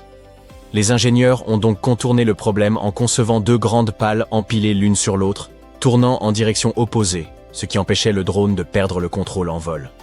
En matière de contrôle, Ginny ne possédait pas une intelligence artificielle complète, mais elle n'était pas non plus télécommandée. Depuis la Terre, la NASA transmettait des plans de vol, mais une fois en l'air, le drone volait seul en s'appuyant sur ses capteurs et son programme embarqué. En somme, c'était un pilote automatique particulièrement sophistiqué. Pour maintenir sa trajectoire, il observait le sol avec une caméra orientée vers le bas, comme s'il suivait sa propre ombre. Enfin, le moment tant attendu eut lieu en avril 2021. Ginny s'éleva du sol martien et resta en vol stationnaire pendant 39 secondes. Elle monta à environ 3 mètres d'altitude, demeura immobile un instant, effectua une légère rotation, puis se posa doucement sur la poussière rouge. Le vol fut aussi bref que simple, un petit pas pour le drone, mais un bond considérable pour l'humanité. Durant les 3 années suivantes, l'équipe en charge a repoussé les limites toujours plus loin, en voyant Ginny voler à des distances croissantes. Vue du ciel, Ginny percevait bien davantage que le rover. Elle contribuait à cartographier les environs, à repérer des dangers comme le sable instable ou les rochers escarpés et à identifier des raccourcis pour persévérance. Elle a même, en un sens, sauvé le rover grâce à ses clichés qui ont permis d'éviter une dune piégeuse. Ginny a également photographié des roches stratifiées intrigantes, précisément le type de formation que l'on examine lorsqu'on cherche des traces de vie ancienne. Dès qu'un élément insolite ou prometteur apparaissait depuis le ciel, Persévérance se déplaçait pour l'inspecter, et cela a dépassé toutes les attentes. Mais en janvier 2024, Ginny a disparu. Le drone devait simplement effectuer un petit saut, monter, flotter un instant, puis redescendre. Une manœuvre banale. Pourtant, juste après le décollage, la NASA a perdu tout contact. Pendant un moment, plus rien. Le silence. Quelques jours plus tard, un signal faible parvint enfin à la NASA qui put extraire les données de vol. Ginny avait survolé une zone sans relief. Or, son système de navigation repose sur une caméra dirigée vers le sol, fonctionnant comme une souris optique. Sans texture, aucun repère. En plein vol, le drone fut désorienté, s'inclina, et lors de l'atterrissage, l'une de ses pales heurta le sol. La NASA a confirmé le diagnostic. L'une des pales est endommagée, et Ginny ne revolera plus. Pourtant, ce n'est pas une fin tragique.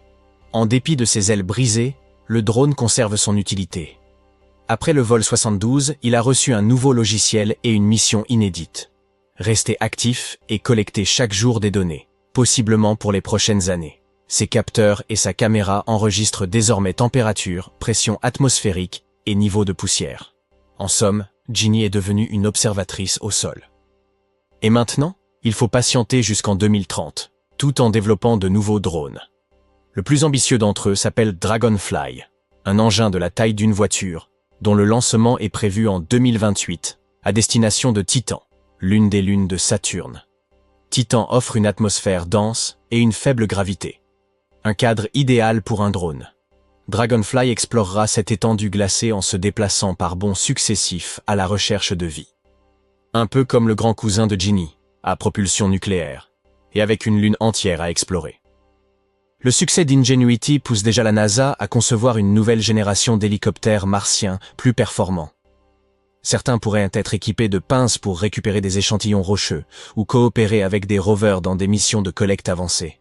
Grâce à Ginny, ce qui n'était qu'un test technologique pourrait se transformer en une armada de drones sillonnant la planète rouge. Mars ressemble à un désert rouge, silencieux et aride. Mais il recèle un danger terrible auquel aucun astronaute ne peut échapper. Les Martiens, non, il s'agit de la poussière. Bien que cela semble surprenant, la poussière de Mars est tranchante comme une lame de rasoir, toxique et implacable, et contient des substances chimiques capables de détruire tant nos technologies et que nos corps de l'intérieur. Sur Terre, la poussière est adoucie par l'eau et le vent sur des millénaires. Mars, en revanche, ne possède ni atmosphère clémente ni abondance d'eau. Sa poussière, appelée régolithe, est anguleuse et agressive. Et malheureusement, elle ne reste pas au sol. Elle tombe constamment du ciel et recouvre tout. Toutes les quelques années, des tempêtes de poussière recouvrent la planète entière, enveloppant atterrisseurs, véhicules et habitats d'un manteau épais et étouffant. Les rovers de la NASA ont déjà souffert de cette menace invisible. Le rover Opportunity, cette intrépide machine ayant largement excédé la durée initiale de sa mission, a été finalement rendue inutilisable lorsque la poussière a obstrué ses panneaux solaires, l'empêchant de se recharger. Inévitablement, cette poussière s'introduira dans les combinaisons spatiales, exposant les astronautes à un danger majeur. En effet, ce régolithe est imprégné de substances particulièrement nocives, à commencer par la silice, constituée de particules fines et inhalables. Cette inhalation provoque des cicatrices irréversibles dans les tissus pulmonaires. Vient ensuite le gypse, un minéral inoffensif en faible quantité, mais susceptible de provoquer d'importants troubles respiratoires en cas d'inhalation prolongée. Parmi les dangers les plus redoutables figurent les perchlorates. Ces sels capables de perturber la glande thyroïdienne, entraînant une défaillance dans la production des globules sanguins. Enfin, les oxydes de fer nanophasiques, de minuscules particules de fer pouvant pénétrer dans la circulation sanguine, constituent une menace tout aussi préoccupante. La poussière martienne est d'une finesse exceptionnelle. Chaque grain mesure environ 3 micromètres, à peine plus grand qu'une spore de moisissure, tandis qu'un cheveu humain est 30 fois plus épais. Cette taille infime permet à la poussière d'atteindre profondément les poumons. Une fois introduite dans l'organisme, la poussière reste difficile à éliminer, malgré le mucus protecteur qui tapisse nos voies respiratoires, conçu pour piéger et expulser les intrus. Cependant, les particules inférieures à 5 micromètres échappent à ces défenses naturelles. Vous pourriez ne ressentir aucun symptôme, alors que la poussière demeure prisonnière à l'intérieur de votre organisme jusqu'à infiltrer votre circulation sanguine. On pourrait croire que filtrer cette poussière suffirait, mais le régolithe est extrêmement difficile à contenir. L'exposition peut survenir de 1000 manières. Par inhalation, par contact avec des combinaisons ou surfaces contaminées, par irritation oculaire, pouvant même entraîner la cécité, ou par ingestion accidentelle d'eau et de nourriture polluée. Certes, les astronautes seront protégés par des combinaisons de haute technologie, mais même celles-ci ne garantissent pas une barrière parfaite. Le régolithe, par sa taille et son adhérence électrostatique, ainsi que sa ténacité mécanique, peut se glisser dans les joints des casques et infiltrer les systèmes de ventilation. Imaginons que nous construisions un module d'habitat, mais que ces filtres à air se bouchent lors d'une tempête de poussière, ou que la situation vécue par le rover Opportunity se reproduise. Les panneaux solaires recouverts de poussière cessant de fonctionner au moment où les systèmes de survie exigent toute leur puissance. Les conséquences pour les équipages humains pourraient être catastrophiques. Heureusement, la NASA anticipe déjà ce danger. La filtration de la poussière sera une priorité absolue. Ils souhaitent équiper Habitat et Rover de systèmes d'aération très performants, capables de retenir même les particules les plus fines. Ces filtres s'encrasseront néanmoins et devront être remplacés, ce qui implique que les futures missions emporteront des filtres de rechange en quantité suffisante pour des années d'exposition, voire développeront des systèmes auto-nettoyants. Une autre technologie prometteuse est celle des dispositifs de répulsion électrostatique. Ces systèmes utilisent des champs électriques pour éloigner la poussière des surfaces, permettant ainsi de garder combinaisons spatiales, SAS et modules de survie exempts de saleté. À l'intérieur des habitats, les protocoles devront être particulièrement stricts. Les astronautes auront à accomplir quotidiennement des corvées domestiques. Aspirer leurs combinaisons, nettoyer les sols, remplacer les filtres à air. Il serait ironique de conquérir d'autres planètes pour se retrouver à effectuer encore des tâches ménagères. Par ailleurs, les radiations spatiales, omniprésentes, au-delà de l'atmosphère terrestre, constituent déjà un problème majeur depuis des décennies. Y ajouter l'exposition à la poussière martienne ne ferait qu'aggraver cette situation, sans compter les nuits glaciales et l'absence d'une atmosphère protectrice. Enfin, la dure vérité est qu'aucune évacuation d'urgence ne pourra être organisée depuis Mars. La planète rouge est distante d'au moins 9 mois de voyage, avec des délais de communication pouvant atteindre 22 minutes dans chaque sens. Quoi qu'il arrive, les astronautes devront donc être entièrement autonomes. Le voyage vers Mars s'annonce complexe et difficile. L'espace n'est pas une promenade de santé. Les muscles s'atrophient en apesanteur. La pression du cerveau sur les yeux engendre des troubles visuels. Le sang subit des altérations. Et ce ne sont là que les épreuves que rencontrent les astronautes en orbite terrestre. La NASA ne fait pas face à un défi unique. Un autre problème majeur réside dans la manière d'acheminer le matériel sur Mars. Il est impossible d'y expédier chaque brique ou même chaque salade. Cela serait beaucoup trop lourd, coûteux et lent. Ainsi, nos astronautes devront se débrouiller pour assurer leur propre survie. Ils devront cultiver leur nourriture dans la Terre rouge, imprimer des habitats à partir de rien et concevoir des micro-organismes capables de transformer le dioxyde de carbone en oxygène respirable. Ils devront aussi s'adapter à des conditions de vie totalement inédites. Mars, 4e planète du système solaire après la Terre, reçoit moins de lumière solaire. Sa gravité représente environ 40% de celle de notre planète, ce qui rendrait les corps plus légers, mais fragiliserait les os plus rapidement. Une année martienne dure 687 jours terrestres, ce qui signifie célébrer presque 2 anniversaires par an. Certes, Mars est habitable, mais elle est enveloppée d'une atmosphère irrespirable riche en dioxyde de carbone, recouverte de sols toxiques et exposée à des radiations cosmiques non filtrées. L'eau y existe, mais uniquement sous forme gelée au pôle ou enfouie sous la surface, sans océans à l'horizon. Vivre ici sera une expérience mêlant science, survie primitive et cauchemar de science-fiction. Certaines agences spatiales envisagent la terraformation, c'est-à-dire modifier Mars pour la rendre plus semblable à la Terre en épaississant son atmosphère, en réchauffant son sol et en libérant de l'eau liquide. Si cette solution semble idéale, elle reste extrêmement complexe et risquée. Par ailleurs, même si aucun petit homme vert ne nous y attend, il est possible que la planète abrite encore une forme de vie, sous la forme de bactéries anciennes, lentes et profondément enfouies. Il fut un temps où Mars ressemblait à notre Terre et possédait d'immenses océans recouvrant son hémisphère nord. Elle aurait disposé d'une atmosphère dense, de rivières serpentant dans des canyons, de pluies tombant du ciel et de lacs scintillant sous la lumière de ces deux lunes. Cependant, il y a environ 3,5 milliards d'années, tout changea. L'eau se dessécha ou gela, et l'atmosphère s'amincit jusqu'à devenir un souffle ténu.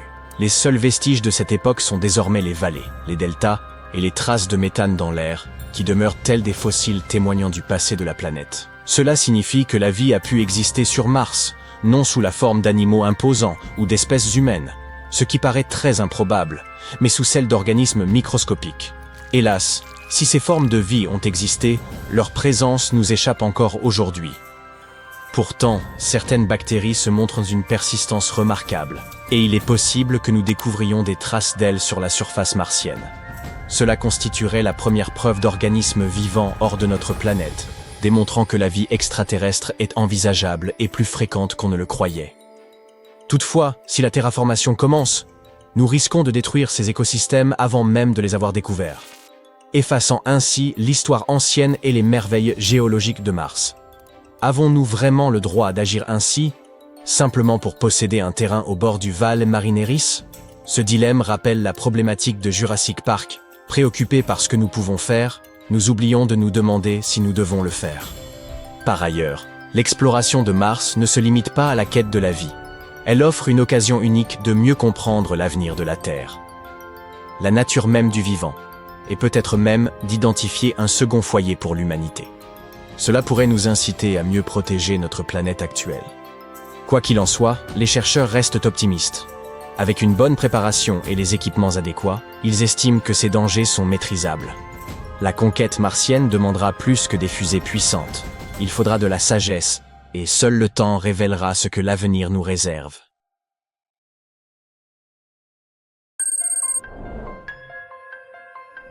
Eh bien vous voilà, vous êtes la première personne à poser le pied sur Mars, et votre première mission est d'explorer un endroit appelé le cratère G0. Vous traversez la poussière épaisse de couleur rouille quand, soudain, vous trébuchez sur quelque chose et manquez de tomber. Vous vous penchez pour examiner le coupable. Et reculez d'horreur, un crâne vous fixe. À qui appartenait-il? À un ancien dinosaure martien? À un représentant d'une civilisation perdue? Il ne s'agit pas d'une histoire inventée. Le robot de la NASA qui porte le nom de Perseverance vous le confirmerait s'il pouvait parler et avait une conscience. Ce rover a en effet trouvé quelque chose d'étrange, mais pas un vrai crâne, juste quelque chose qui en a l'apparence. Il s'agit en fait de roches qui n'ont pas l'air d'être à leur place sur la planète rouge. En ce moment, Perseverance explore le bord d'une grande zone vide en forme de bol qui porte le nom de cratère G0. Les scientifiques pensent qu'il y a très longtemps, ce cratère abritait un immense lac. Peut-être même était-il rempli de minuscules formes de vie. Depuis décembre 2024, notre rover descend une colline abrupte appelée Witch Hazel Hill. Et c'est une mission importante, car cette colline pourrait détenir des secrets sur le climat et l'environnement de Mars il y a des milliards d'années. Quoi qu'il en soit, le 11 avril 2025, Perseverance s'est arrêtée pour examiner un endroit spécial où deux types de roches se rejoignent. L'une était de couleur claire et l'autre était sombre. Et juste à cet endroit, les scientifiques ont vu une roche à l'apparence étrange qu'ils ont ensuite nommée Skull Hill. Elle se distinguait de manière éclatante car elle était sombre et avait une forme affilée. Mais le plus inquiétant, elle était pleine de petits trous, un véritable cauchemar pour ceux qui souffrent de trypophobie. La NASA a alors partagé cette découverte dans un article de blog. Ces équipes ont expliqué que Skull Hill ne ressemblait pas aux autres roches à proximité. La zone où Perseverance est tombée sur ces roches étranges s'appelle Port Anson. Les scientifiques pensent qu'un grand nombre de roches présentes à cet endroit se sont formées autre part, et qu'elles ont été déplacées il y a très longtemps. Mais comment? Ou qu'est-ce qui les a déplacés? Ne vous faites pas d'illusions. Cela ne signifie pas que nous avons trouvé des extraterrestres sur Mars. On qualifie ces roches de flotteurs. Elles ont probablement parcouru de longues distances il y a des milliards d'années, à l'époque où la planète était beaucoup plus chaude et plus humide, avec des rivières, des lacs et peut-être même des océans. Au fil des siècles et des millénaires, l'eau s'est asséchée et le sol meuble s'est lentement érodé et certaines des roches les plus résistantes sont restées à la surface. Les scientifiques essaient de comprendre l'origine de ces trous étranges sur Skull Hill. Selon une hypothèse, de petites parties de la roche se seraient détachées et érodées au fil du temps, laissant ces petits creux que nous voyons. Une autre idée, c'est que les vents martiens, qui transportent de la poussière et de minuscules pierres, ont peut-être lentement gratté leur surface, un peu comme du papier de verre, et ont créé ces trous. Skull Hill est de couleur sombre, et au début, les scientifiques pensèrent qu'il pouvait s'agir d'une météorite venue de l'espace. Mais en examinant de plus près les éléments chimiques présents dans la roche à l'aide de la supercam de Perseverance, ils ont réalisé qu'il ne pouvait pas s'agir d'une météorite typique. Nope. Les scientifiques penseront donc aujourd'hui que Skull Hill est une roche volcanique. Tant sur Terre que sur Mars, les roches volcaniques sombres tirent leur couleur de minéraux tels que l'olivine, le pyroxène et la biotite. Si Skull Hill est volcanique, c'est qu'elle pourrait provenir d'anciennes coulées de lave qui se sont décomposées avec le temps. Ou peut-être a-t-elle été éjectée du sol lors d'un énorme impact, quelque chose comme l'impact d'un astéroïde, qui aurait creusé profondément dans le sol et soulevé toute cette roche volcanique. Ce qui aide les scientifiques dans leurs recherches, c'est que Perseverance dispose désormais d'outils avancés, lui permettant de déterminer la composition des roches martiennes. C'est ainsi que nous pouvons savoir d'où proviennent les roches et comment elles se sont formées. Dernièrement, le rover a été très actif. En seulement quelques mois, il a prélevé des échantillons sur 5 roches, étudié 7 autres roches, et utilisé son laser pour en analyser à distance 83 de plus. C'est le rythme de recherche le plus rapide depuis que le rover a atterri sur Mars il y a 4 ans, du moins, c'est ce qu'affirme le Jet Propulsion Lab de la NASA. D'habitude, il faut des mois pour trouver une seule roche intéressante dans un cratère. Mais sur le bord de G0, autrement dit son pourtour, on découvre des roches fascinantes presque tout le temps. Les scientifiques sont particulièrement enthousiastes à l'idée de ramener ces échantillons de roches sur Terre pour voir s'ils leur révèlent des signes de vie passés sur la planète rouge. Mais il y a un problème. La mission pour ramener les échantillons, appelée Mars Sample Return, est vraiment compliquée, coûteuse et sujette à des retards. Donc, pour l'instant, ces échantillons restent sur Mars en attendant de pouvoir voyager, appelé un Uber. Un autre rover travaille actuellement d'arrache-pied pour nous aider à obtenir plus d'informations sur notre voisine. C'est Curiosity, et il pourrait avoir trouvé un indice sur ce qui est arrivé à l'atmosphère de Mars, épaisse et riche en dioxyde de carbone, il y a des milliards d'années.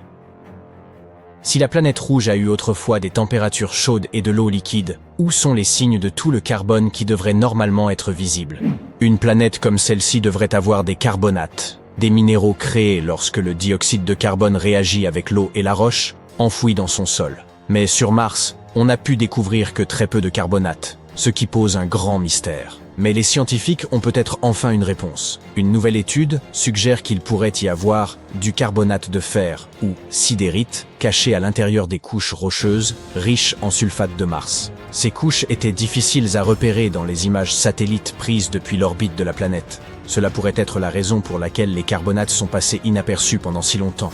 À un moment donné dans le passé, le cycle du carbone de Mars a été déséquilibré. Les roches ont commencé à absorber plus de dioxyde de carbone qu'elles n'en libéraient. Avec le temps, cela a peut-être causé une perte excessive de CO2 dans l'atmosphère, ce qui a refroidi la planète et l'a rendue sèche et sans vie.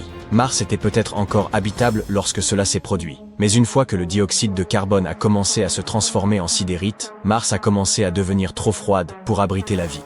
Le rover Curiosity a découvert ces roches riches en carbone dans le cratère Gale, une zone martienne qui était autrefois remplie d'eau.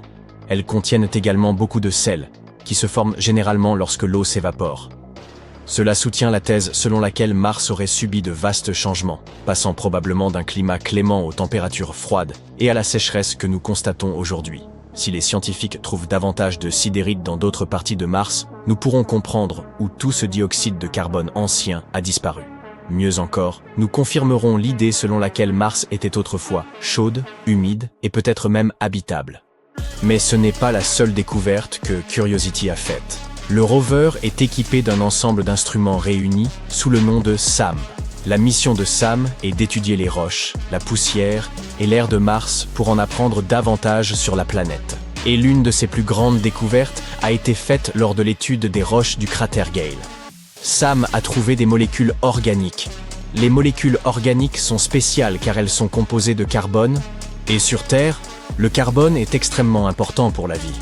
Les plantes, les animaux et les humains sont tous constitués de molécules à base de carbone. Ainsi, la découverte de ces molécules incite les scientifiques à se demander si cela ne constitue pas une preuve supplémentaire que Mars a autrefois abrité la vie, il y a très longtemps. En regardant de plus près encore, Sam a découvert certaines configurations dans la composition de gaz, telles que le dioxyde de carbone et le méthane. Ces configurations correspondent à ce que l'on s'attendrait à voir si de minuscules formes de vie anciennes avaient produit des molécules organiques. Mais il existe une autre explication. Ces molécules pourraient avoir été formées par la réaction de la lumière solaire au contact des gaz dans l'air martien. Dans ce cas, aucune vie ne serait impliquée. Sur Mars, la forte lumière ultraviolette du Soleil peut décomposer et mélanger les molécules, en créant ainsi de nouvelles qui finissent par se déposer sur le sol. Bien que les scientifiques n'aient pas encore de réponse claire, la découverte de molécules organiques est vraiment quelque chose de très important. Au minimum, cela nous indique que Mars possédait les bons ingrédients pour la vie, même si nous ne savons pas encore si la vie y a réellement existé. Les scientifiques continuent aujourd'hui à utiliser SAM et les autres outils de Curiosity pour chercher d'autres indices. Si vous avez peur des araignées, ne visitez jamais Mars. En mars 2025, le rover Perseverance de la NASA a découvert quelque chose qui ressemblait à un tas de minuscules œufs d'araignées sur la surface de la planète rouge. Ce quelque chose se compose de centaines de petites boules rondes collées ensemble. Allait-elle éclore? Des hordes de créatures à 8 pattes allaient-elles envahir la planète rouge? Peu probable. La chose trouvée par Perseverance était simplement posée sur une colline qui porte le nom de Witch Hazel, près du bord du cratère G0. À y regarder de plus près, il s'est avéré que c'était une roche de forme étrange, avec un peu de poussière rouge dessus. Hélas, ou heureusement, il ne s'agissait pas d'œufs d'araignées martiennes. Pourtant, cette formation se détachait vraiment dans le paysage. L'équipe de Perseverance a nommé cette étrangeté St. Paul's Bay. Les scientifiques l'ont qualifiée de roche flottante. Ce terme signifie qu'elle ne s'est pas formée à l'endroit où on l'a trouvée, mais que, d'une manière ou d'une autre, elle a été déplacée. Donc pour l'instant, nous n'avons pas suffisamment d'indices pour déterminer son origine et comment elle a acquis cette mystérieuse texture. Mais ce n'est pas là le seul mystère. Qu'est-ce qui a pu déplacer cette roche de son emplacement d'origine? Une théorie prétend qu'elle aurait été créée par un impact de météorites. La puissante collision aurait projeté des roches dans les airs, et ces morceaux, une fois refroidis, auraient pris la forme de ces minuscules boules que nous voyons maintenant. Si cela s'avère exact, cette roche pourrait venir de très loin, et elle pourrait nous fournir de nouvelles informations sur la façon dont les grands impacts déplacent la matière sur la planète rouge. Mais la NASA pense que la roche serait simplement descendue de la colline Witch Hazel. Elle proviendrait de l'une des couches plus sombres en haut de la colline. Nous avons pu observer ces couches depuis l'espace. Maintenant, l'objectif est d'étudier de plus près la colline en question et de découvrir si ces couches sont faites du même matériau que la roche St. Paul's Bay. Si c'est bien le cas, cela pourrait signifier plusieurs choses. Il y a peut-être eu une activité volcanique dans cette région, ou alors un gros météore a frappé. Il se pourrait également qu'il y ait eu de l'eau à cet endroit dans un passé lointain. Si cette théorie tient la route, il y a une chance que certaines de ces roches contiennent de minuscules fossiles de microbes. C'est pourquoi la NASA prévoit d'en rapporter un échantillon sur Terre dans les années 2030, grâce à la mission Mars Sample Return. Nous pourrons ainsi les étudier de près et peut-être, qui sait, enfin trouver des signes d'une ancienne vie martienne. Le plus amusant dans tout ça, c'est que ce n'est pas la première fois que les scientifiques tombent sur des arachnides sur Mars. Un terrain a même été surnommé « araignée sur Mars » en raison de sa forme aranéiforme. À certains endroits, on peut voir de grandes fissures sombres qui s'écartent les unes des autres comme des pattes d'araignée. Certaines sont énormes, plus de 915 mètres de large. Vues d'en haut, ces fissures ressemblent à s'y tromper à une effrayante colonie d'araignées. Ces formes inquiétantes ont été repérées pour la première fois en 2003 par les orbiteurs de Mars et elles continuent d'apparaître sur les photos satellites depuis lors. Au début, personne n'avait la moindre idée de ce dont il pouvait s'agir. Mais maintenant, les scientifiques sont presque sûrs qu'elles se forment lorsque de la glace de dioxyde de carbone, oui, de la glace sèche, se transforme brusquement en gaz. Ce changement rapide provoque la projection de gaz à travers la glace et sculpte ces motifs étranges et craquelés. Une nouvelle fascinante, c'est que les scientifiques de la NASA ont réussi à recréer ces araignées martiennes dans un laboratoire, ici sur Terre. Ils ont construit une installation spéciale qui imite la surface de Mars et ont pu observer de petites araignées se former sous leurs yeux.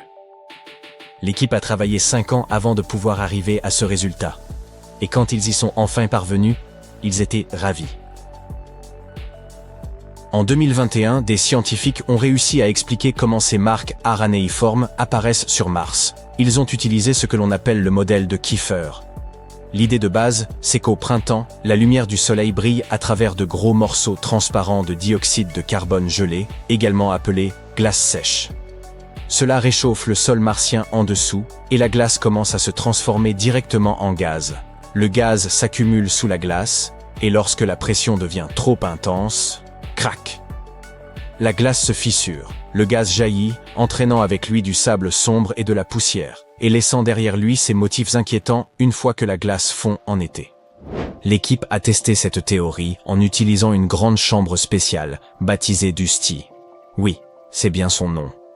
Elle fait à peu près la taille d'un baril et on peut y recréer les conditions de froid glacial et de très basse pression que l'on trouve sur Mars, environ moins 185 degrés Celsius. Les chercheurs y ont également mis de la fausse terre martienne, qu'ils ont recouverte de glace de CO2. Ensuite, ils ont placé une lampe sous le sol pour chauffer le tout, un peu comme le Soleil chauffe Mars. Et leur expérience a fonctionné, de petites fissures aranéiformes sont apparues, tout comme sur la planète rouge. L'étude a également révélé quelque chose de nouveau. L'équipe a découvert que la glace se formait aussi à l'intérieur du sol, et que cela provoquait des fissures dans le sol en même temps que dans la glace. Cela pourrait expliquer pourquoi les pattes des araignées ont cette forme en zigzag au lieu d'être droites, comme on pourrait s'y attendre. Maintenant, ils souhaitent continuer leurs expériences afin d'en savoir plus sur ces araignées martiennes. Pourquoi elles n'apparaissent que dans certaines régions, par exemple, et pourquoi on n'en voit pas apparaître de plus en plus au fil du temps. La planète rouge a l'air d'aimer nous jouer des tours. Par exemple, en avril 2023, le rover Curiosity de la NASA faisait une petite pause dans sa recherche de signes d'eau ancienne sur Mars et elle est tombée sur quelque chose de curieux, un guide de voyage. Plus tard, les scientifiques ont réalisé qu'il ne s'agissait évidemment pas d'un livre, mais simplement d'une pierre. Cependant, on dirait bien un petit bouquin relié, avec une page figée en plein mouvement. Ce livre-pierre est minuscule. Il ne mesure que 2,5 cm de large. Il ne contient donc probablement pas beaucoup d'informations sur Mars, mais il tient sans nul doute facilement dans une poche. Puis, en janvier 2023, l'Université de l'Arizona a partagé une autre image étrange. Une formation rocheuse qui ressemblait à la tête d'un gigantesque ours en peluche. On pouvait voir 2 yeux, un nez en bouton et une bouche souriante. C'est l'orbiteur de reconnaissance de Mars de la NASA qui l'a repéré alors qu'il survolait la planète rouge. Des scientifiques de l'université en question nous ont expliqué que le visage de cet ours en peluche était probablement juste une formation naturelle, comme une colline ou un monticule disloqué au centre d'un ancien cratère. Une autre découverte intéressante a eu lieu en février 2022. Le rover Curiosity a repéré quelque chose qui ne pouvait être décrit que comme une petite fleur. On pouvait voir comme des petites branches de corail, mais il s'agissait en fait d'un dépôt minéral ayant pris une forme que l'on observe rarement. La plupart de ces types de dépôts se forment lorsque de l'eau ancienne se mélange avec des roches de surface. Rien de très nouveau donc pour les scientifiques. Mais ce minuscule dépôt était unique en raison de sa forme végétale. La découverte suivante est encore plus surprenante. Un jour, le rover Curiosity a pris une photo de ce qui ressemblait à une porte parfaite dans une falaise martienne. Naturellement, les gens ont commencé à se demander s'il s'agissait d'une sorte d'entrée secrète ou peut-être d'une base cachée pour les astronautes. Mais en réalité, c'était simplement une formation rocheuse vraiment impressionnante. le vent et l'érosion avaient sculpté la roche au fil du temps, créant cette porte parfaitement symétrique.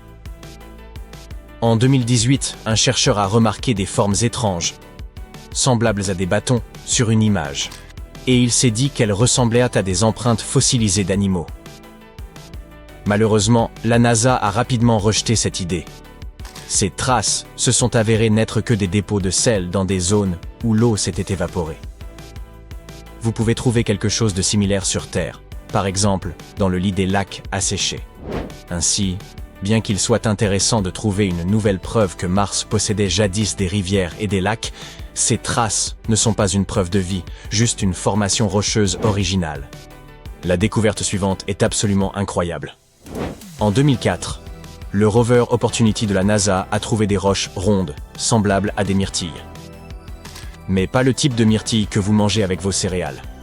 Celles-ci sont faites de fer, et elles sont la preuve qu'il y avait autrefois beaucoup d'eau sur Mars. Au cours de milliards d'années, l'eau les a lissées, créant de petites sphères. Les scientifiques pensent qu'elles se sont formées à une époque où Mars était bien plus humide qu'aujourd'hui. Ces myrtilles, riches en fer, sont d'une grande importance, car elles nous montrent que Mars fut jadis bien différente que ce qu'elle est devenue. C'est officiel, il y a de la vie sur Mars. Ce n'est pas pour vous faire cliquer, je vais tout vous expliquer. La plupart des gens imaginent que les formes de vie extraterrestres ressemblent à de petites créatures vertes et intelligentes, de préférence. Mais nous devons distinguer entre la vie et l'intelligence. Quand quelqu'un vous dit qu'il y a de la vie sur une autre planète, vous pensez probablement immédiatement à un être intelligent avec lequel vous pouvez converser.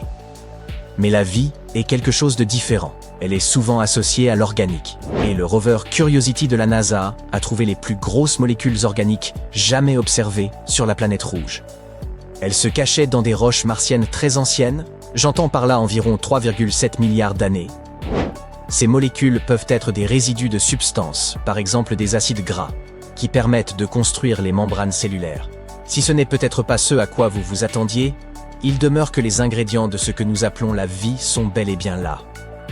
Alors voilà, le rover Curiosity de la NASA était en mission autour d'un immense cratère martien, le cratère Gale.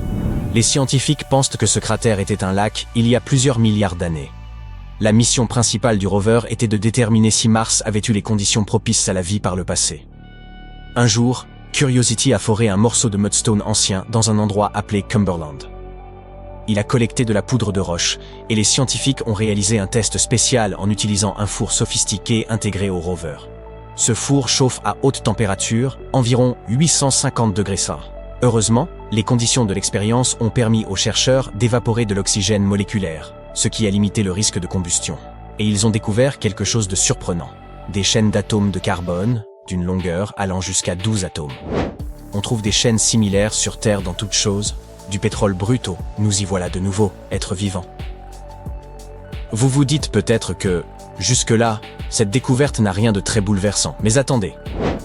Ces molécules peuvent se former naturellement par le biais de processus non vivants, comme des réactions avec l'eau, la chaleur et les minéraux. Hydrogène, monoxyde de carbone, chaleur, minéraux. C'est suffisant pour cuisiner ces molécules, même sans biologie. Mais ces molécules sont également des sous-produits ordinaires de la vie. Ici, sur Terre, nous produisons des composés similaires tout le temps, en particulier sous forme d'acide carboxylique, qui sont partout dans les organismes. Donc, même si ces chaînes pourraient s'être formées naturellement, il se peut également qu'elles soient les restes de quelque chose ayant été vivant. Peut-être une forme microbienne, peut-être quelque chose de bien plus complexe. Nous ne le savons pas encore. Mais le plus inhabituel et intriguant à propos de ces molécules, c'est que ces chaînes de carbone sont assez fragiles. Sur Terre, avec le temps, la lumière du soleil, l'air et l'eau finiraient par les décomposer. Mais sur Mars, elles semblent subsister. Et ce, après des milliards d'années. Donc même si ces molécules n'appartiennent pas à des dinosaures martiens, nous savons maintenant que la planète rouge est capable de préserver des substances organiques. Et c'est une immense découverte pour ceux qui cherchent des formes de vie anciennes. Il y a de bonnes chances que des traces chimiques de cette vie se cachent encore dans les roches. Et apparemment, Curiosity est capable de les détecter. Au fait, ce n'est pas la première fois que Curiosity a découvert des composés organiques. Le rover a également détecté des organiques chlorés, des substances contenant du soufre et des nitrates, essentiellement des éléments qui, si la vie avait un jour pris forme sur Mars, aurait fait partie de la recette. Et si nous parlions d'un autre héros envoyé sur Mars pour faire des découvertes incroyables? Voici Perseverance. C'est un robot de la taille d'une voiture que la NASA a envoyé loin de chez lui, sur la planète rouge inhospitalière et aride. Plus précisément, vers un ancien cratère appelé G0. Le Jet Propulsion Lab a créé Perseverance et l'a préparé pour son premier voyage spatial, qui a commencé le 30 juillet 2020.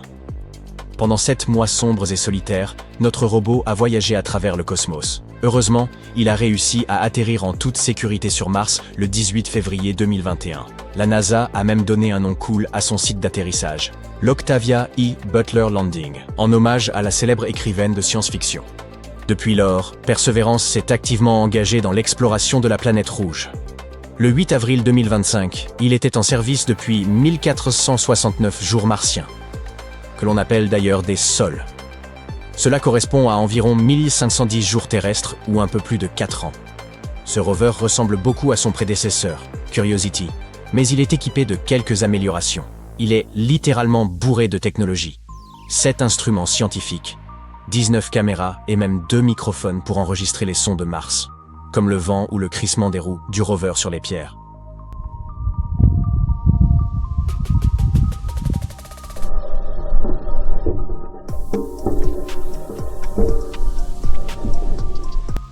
Perseverance a amené avec lui un petit compagnon volant. Il s'agit d'un mini-hélicoptère nommé Ingenuity. Ingenuity est entré dans l'histoire en réalisant le premier vol motorisé sur une autre planète le 19 avril 2021. Il était censé ne voler que quelques fois, mais il a continué et a effectué 72 vols au total. Malheureusement, le 18 janvier 2024, il a été endommagé lors d'un atterrissage difficile, et la NASA l'a officiellement retiré. Quant à Perseverance, il a de grands objectifs. Il cherche des signes d'une vie ancienne sur Mars, principalement dans les zones où il y avait jadis de l'eau. Dans sa quête, le rover tente de déterminer si la planète rouge possédait des environnements ayant pu être propices à la vie.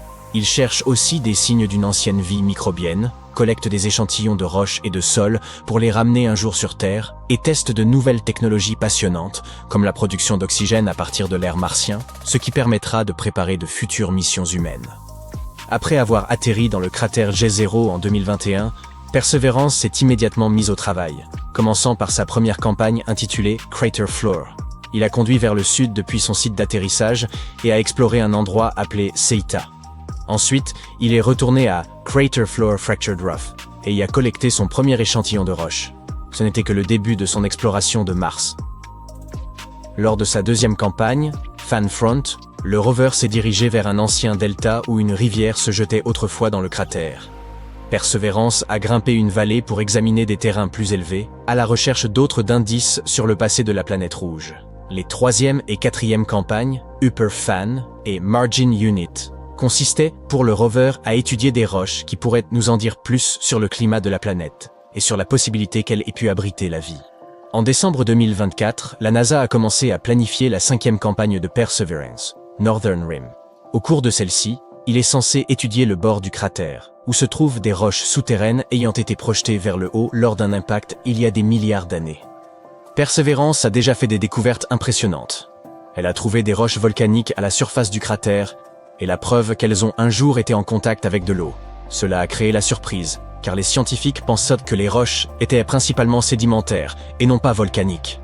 À un endroit baptisé Wildcat Ridge, le rover a même trouvé les signes d'un ancien lac où la vie aurait pu prospérer. Les roches que Perseverance a trouvées sont capables de préserver les signes potentiels d'une vie passée. C'est donc une découverte vraiment importante.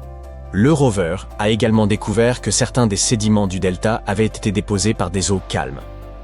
Mais plus tard, des inondations massives auraient amené de gros rochers dans le cratère. Cela signifie que le climat de Mars a dû changer au fil du temps. En plus de cela, Perseverance a réalisé quelques expériences intéressantes. L'expérience MOXIE a réussi à produire environ 113 grammes d'oxygène à partir de l'atmosphère martienne. Cela pourrait être très utile pour de futures missions humaines. Le rover a également utilisé ses microphones pour étudier les sons sur Mars. Il s'est avéré que les sons se propagent plus lentement là-bas que sur Terre, et qu'en général, la planète était plus silencieuse. L'outil Pixel du rover a analysé des roches et a trouvé une quantité de minéraux comme de l'olivine, des argiles et des carbonates. Cette découverte a montré que l'eau a toujours joué un rôle majeur dans la formation de Mars.